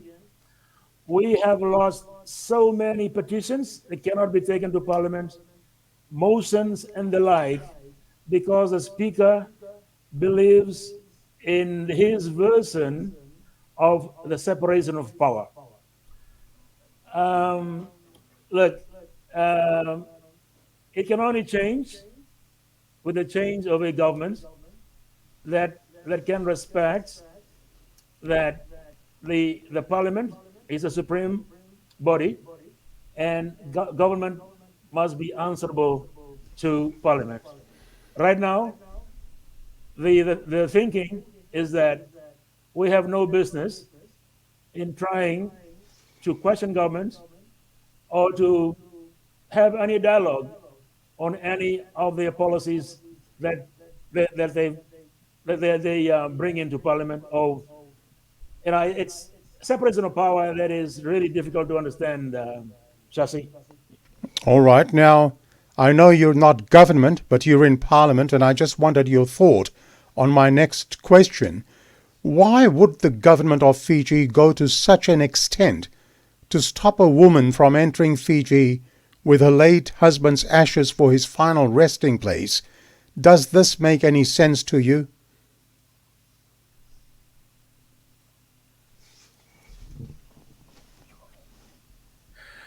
Sazi, I was one of the parliamentarians that fought very hard for Dr. Bridge.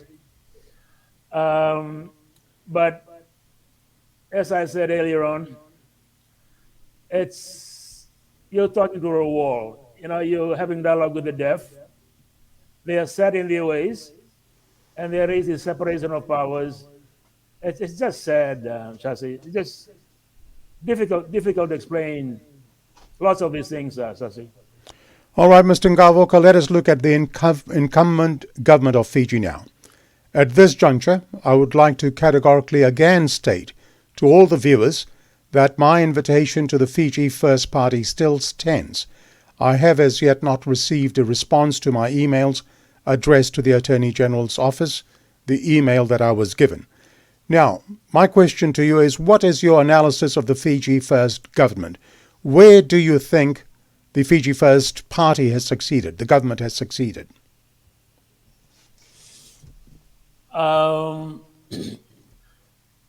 In terms of the economy, it has been badly mishandled.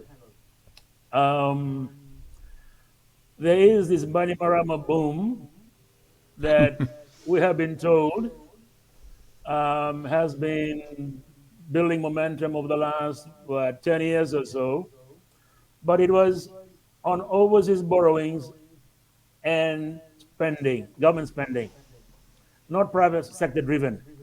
So on the economy, it's a failure. You may know that we were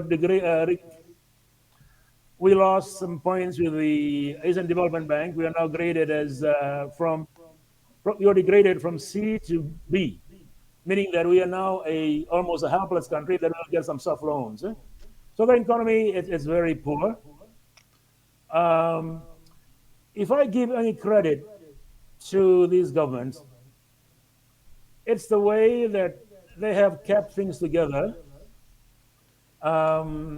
keeping the country intact, and preparing us for better governance in the next election.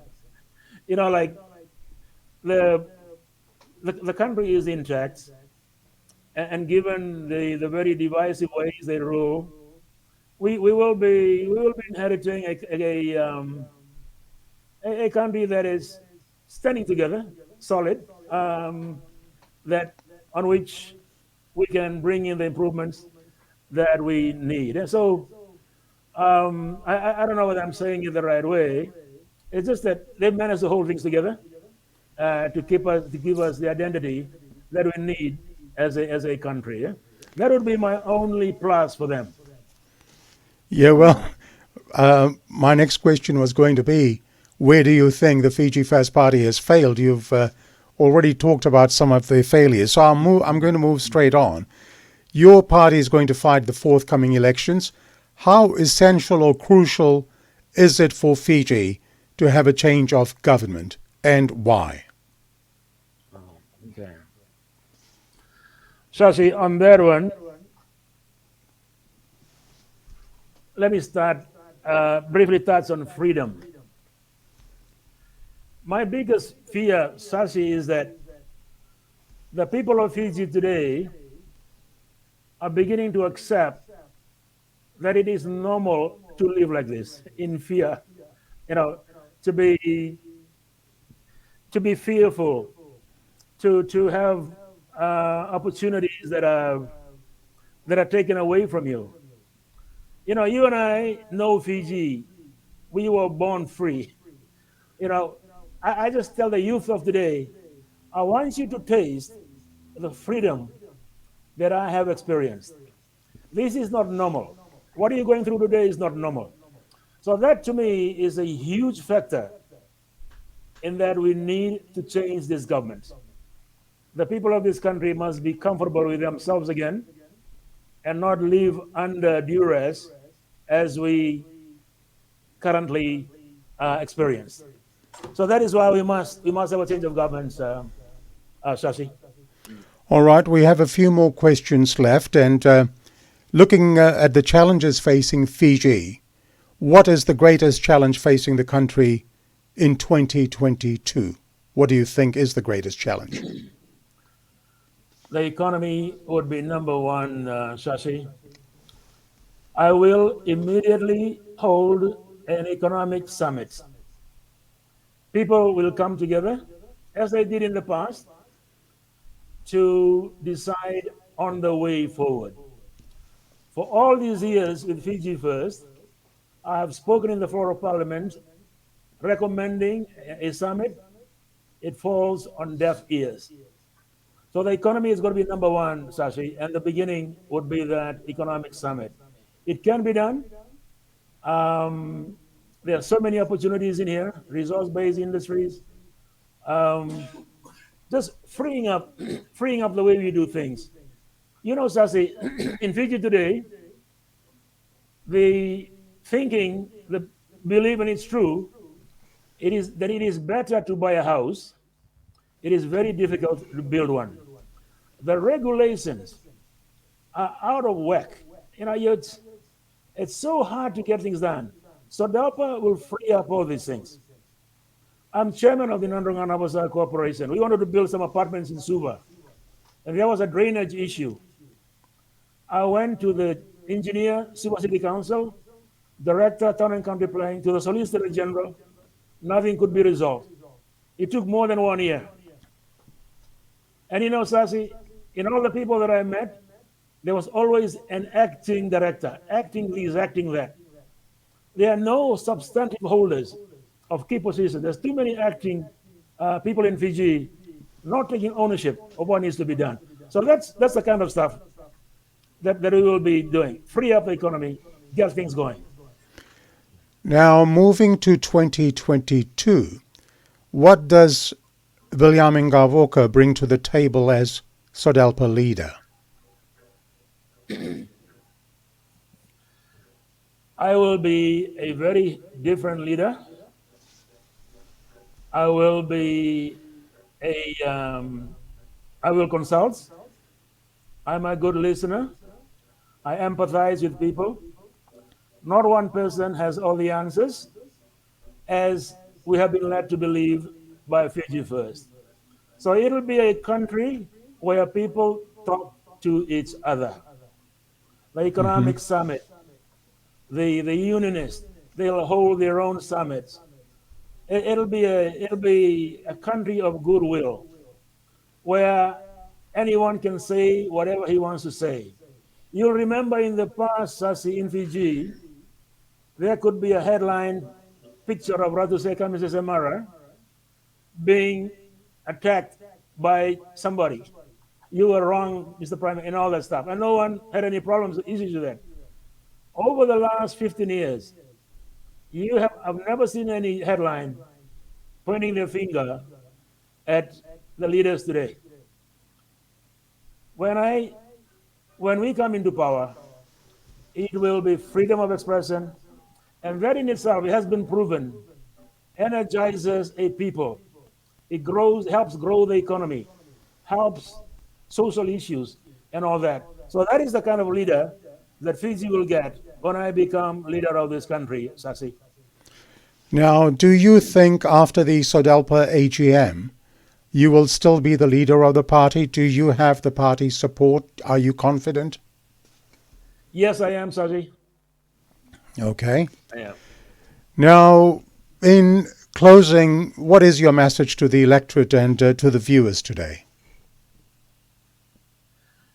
Oh, okay. Thank you, firstly, Sasi. Thank you for including me, for inviting me into this program. As you know, we politicians love this kind of platform, to be given this opportunity. And Shashi, it was wonderful hearing from him. As he said, we grew up together in Wayabi and Lautoka. We were neighbors and we knew each other very well. My message to the electorate is this: we have a great country. We know what it is like to run this great country. Our culture is a culture of democracy that started in 1970, that was built up by our parents from the colonial days into the 70s and to what we have today. I want us all to recapture the true democracy that on which this country was built. We have had some challenges that affected the freedom that we had, but we will, as SODELPA, protect that freedom for you and to enable you to give it your best in this country. We need you to be productive, to be happy, to have your family around you, to enjoy all those wonderful moments with your people. And that is what we are here for. everything else will fall into place. Goodwill, trust, and all that, we promise you. Everything else will follow from there. And that is what SODELPA stands for. I am a very inclusive person. I can live anywhere in the world. I've traveled extensively. I'm comfortable in my village in Sila or where I grew up in Wayabi, or can be anywhere in the world. And I want everyone to be like that, to be comfortable wherever, because you come from a great country like Fiji. Thank you. Now, Mr. Gavoka, I've saved this one for the last, and it's personal. You are the father-in-law of Fiji's Attorney General, Ayar Sayed Kayum. You both are in Parliament, however, on opposing sides, and I've seen you on television having a go at each other in Parliament. The question I have for you, how does a family Christmas lunch or dinner look like at the Gavoka residence? What is the interaction like with your son-in-law outside of Parliament? Do you two discuss politics at all? How do you two interact outside of Parliament? Thank you, Sasi. We have wonderful families, the Sayed Kayums and the Gavoka. Wonderful families, people who are comfortable with each other. I have wonderful grandchildren. We have 3 from Ella and Ayaz, and I have 5 from my other kids. So when we are together, there's no parliament, there's no politics. The grandkids and the families dominate our dialogue. And we are both well read. We read a lot, and we can talk on other issues. But politics, no. We don't talk about politics. We respect each other there. We know he subscribes to a set of beliefs. He knows that I have mine, and we respect those are no-go areas. But otherwise, as I said, family is family, politics is politics. I appreciate that, and I hope you can whisper a little word in the ear of your son-in-law to hopefully participate in this program. There are a number of questions that I guess we could address to him, but that's for another day. Mr. Viliame Gavoka, Member of Parliament and leader of the SODELPA party, thank you very, very much for being chief guest in Sashi Singh's Talking Point today. I appreciate you taking time to discuss in what I believe in a forthright manner, perhaps some real uncomfortable areas of discussion, as well as discussion on what your party stands for and issues of major concern to the people of Fiji. May I take this opportunity in extending an open invitation to you and your party's delegates to appear in Sashi Singh's Talking Point as Fiji gets ready for elections in 2022 or 2023. So that invitation is open to you and your party delegates, and you can email me at any time. Thank you very much. Pinaka Vakalevu to you, wishing you and your SODELPA party all the very best for the future. Laga.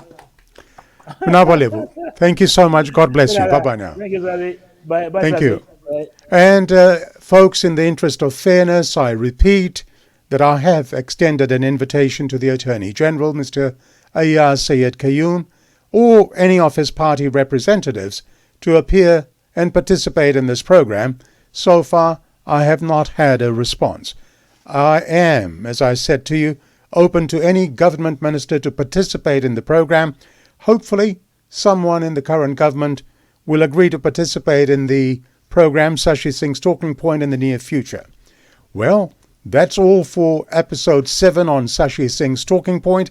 A big thank you to my regular contributor, Nikhil Singh, for his input in the program today. To my technical director, Vin Shandil, a big thank you as well. Now, I would like to thank you, our wonderful viewers, for watching this program today. Let me tell you, next week, who's our guest next week?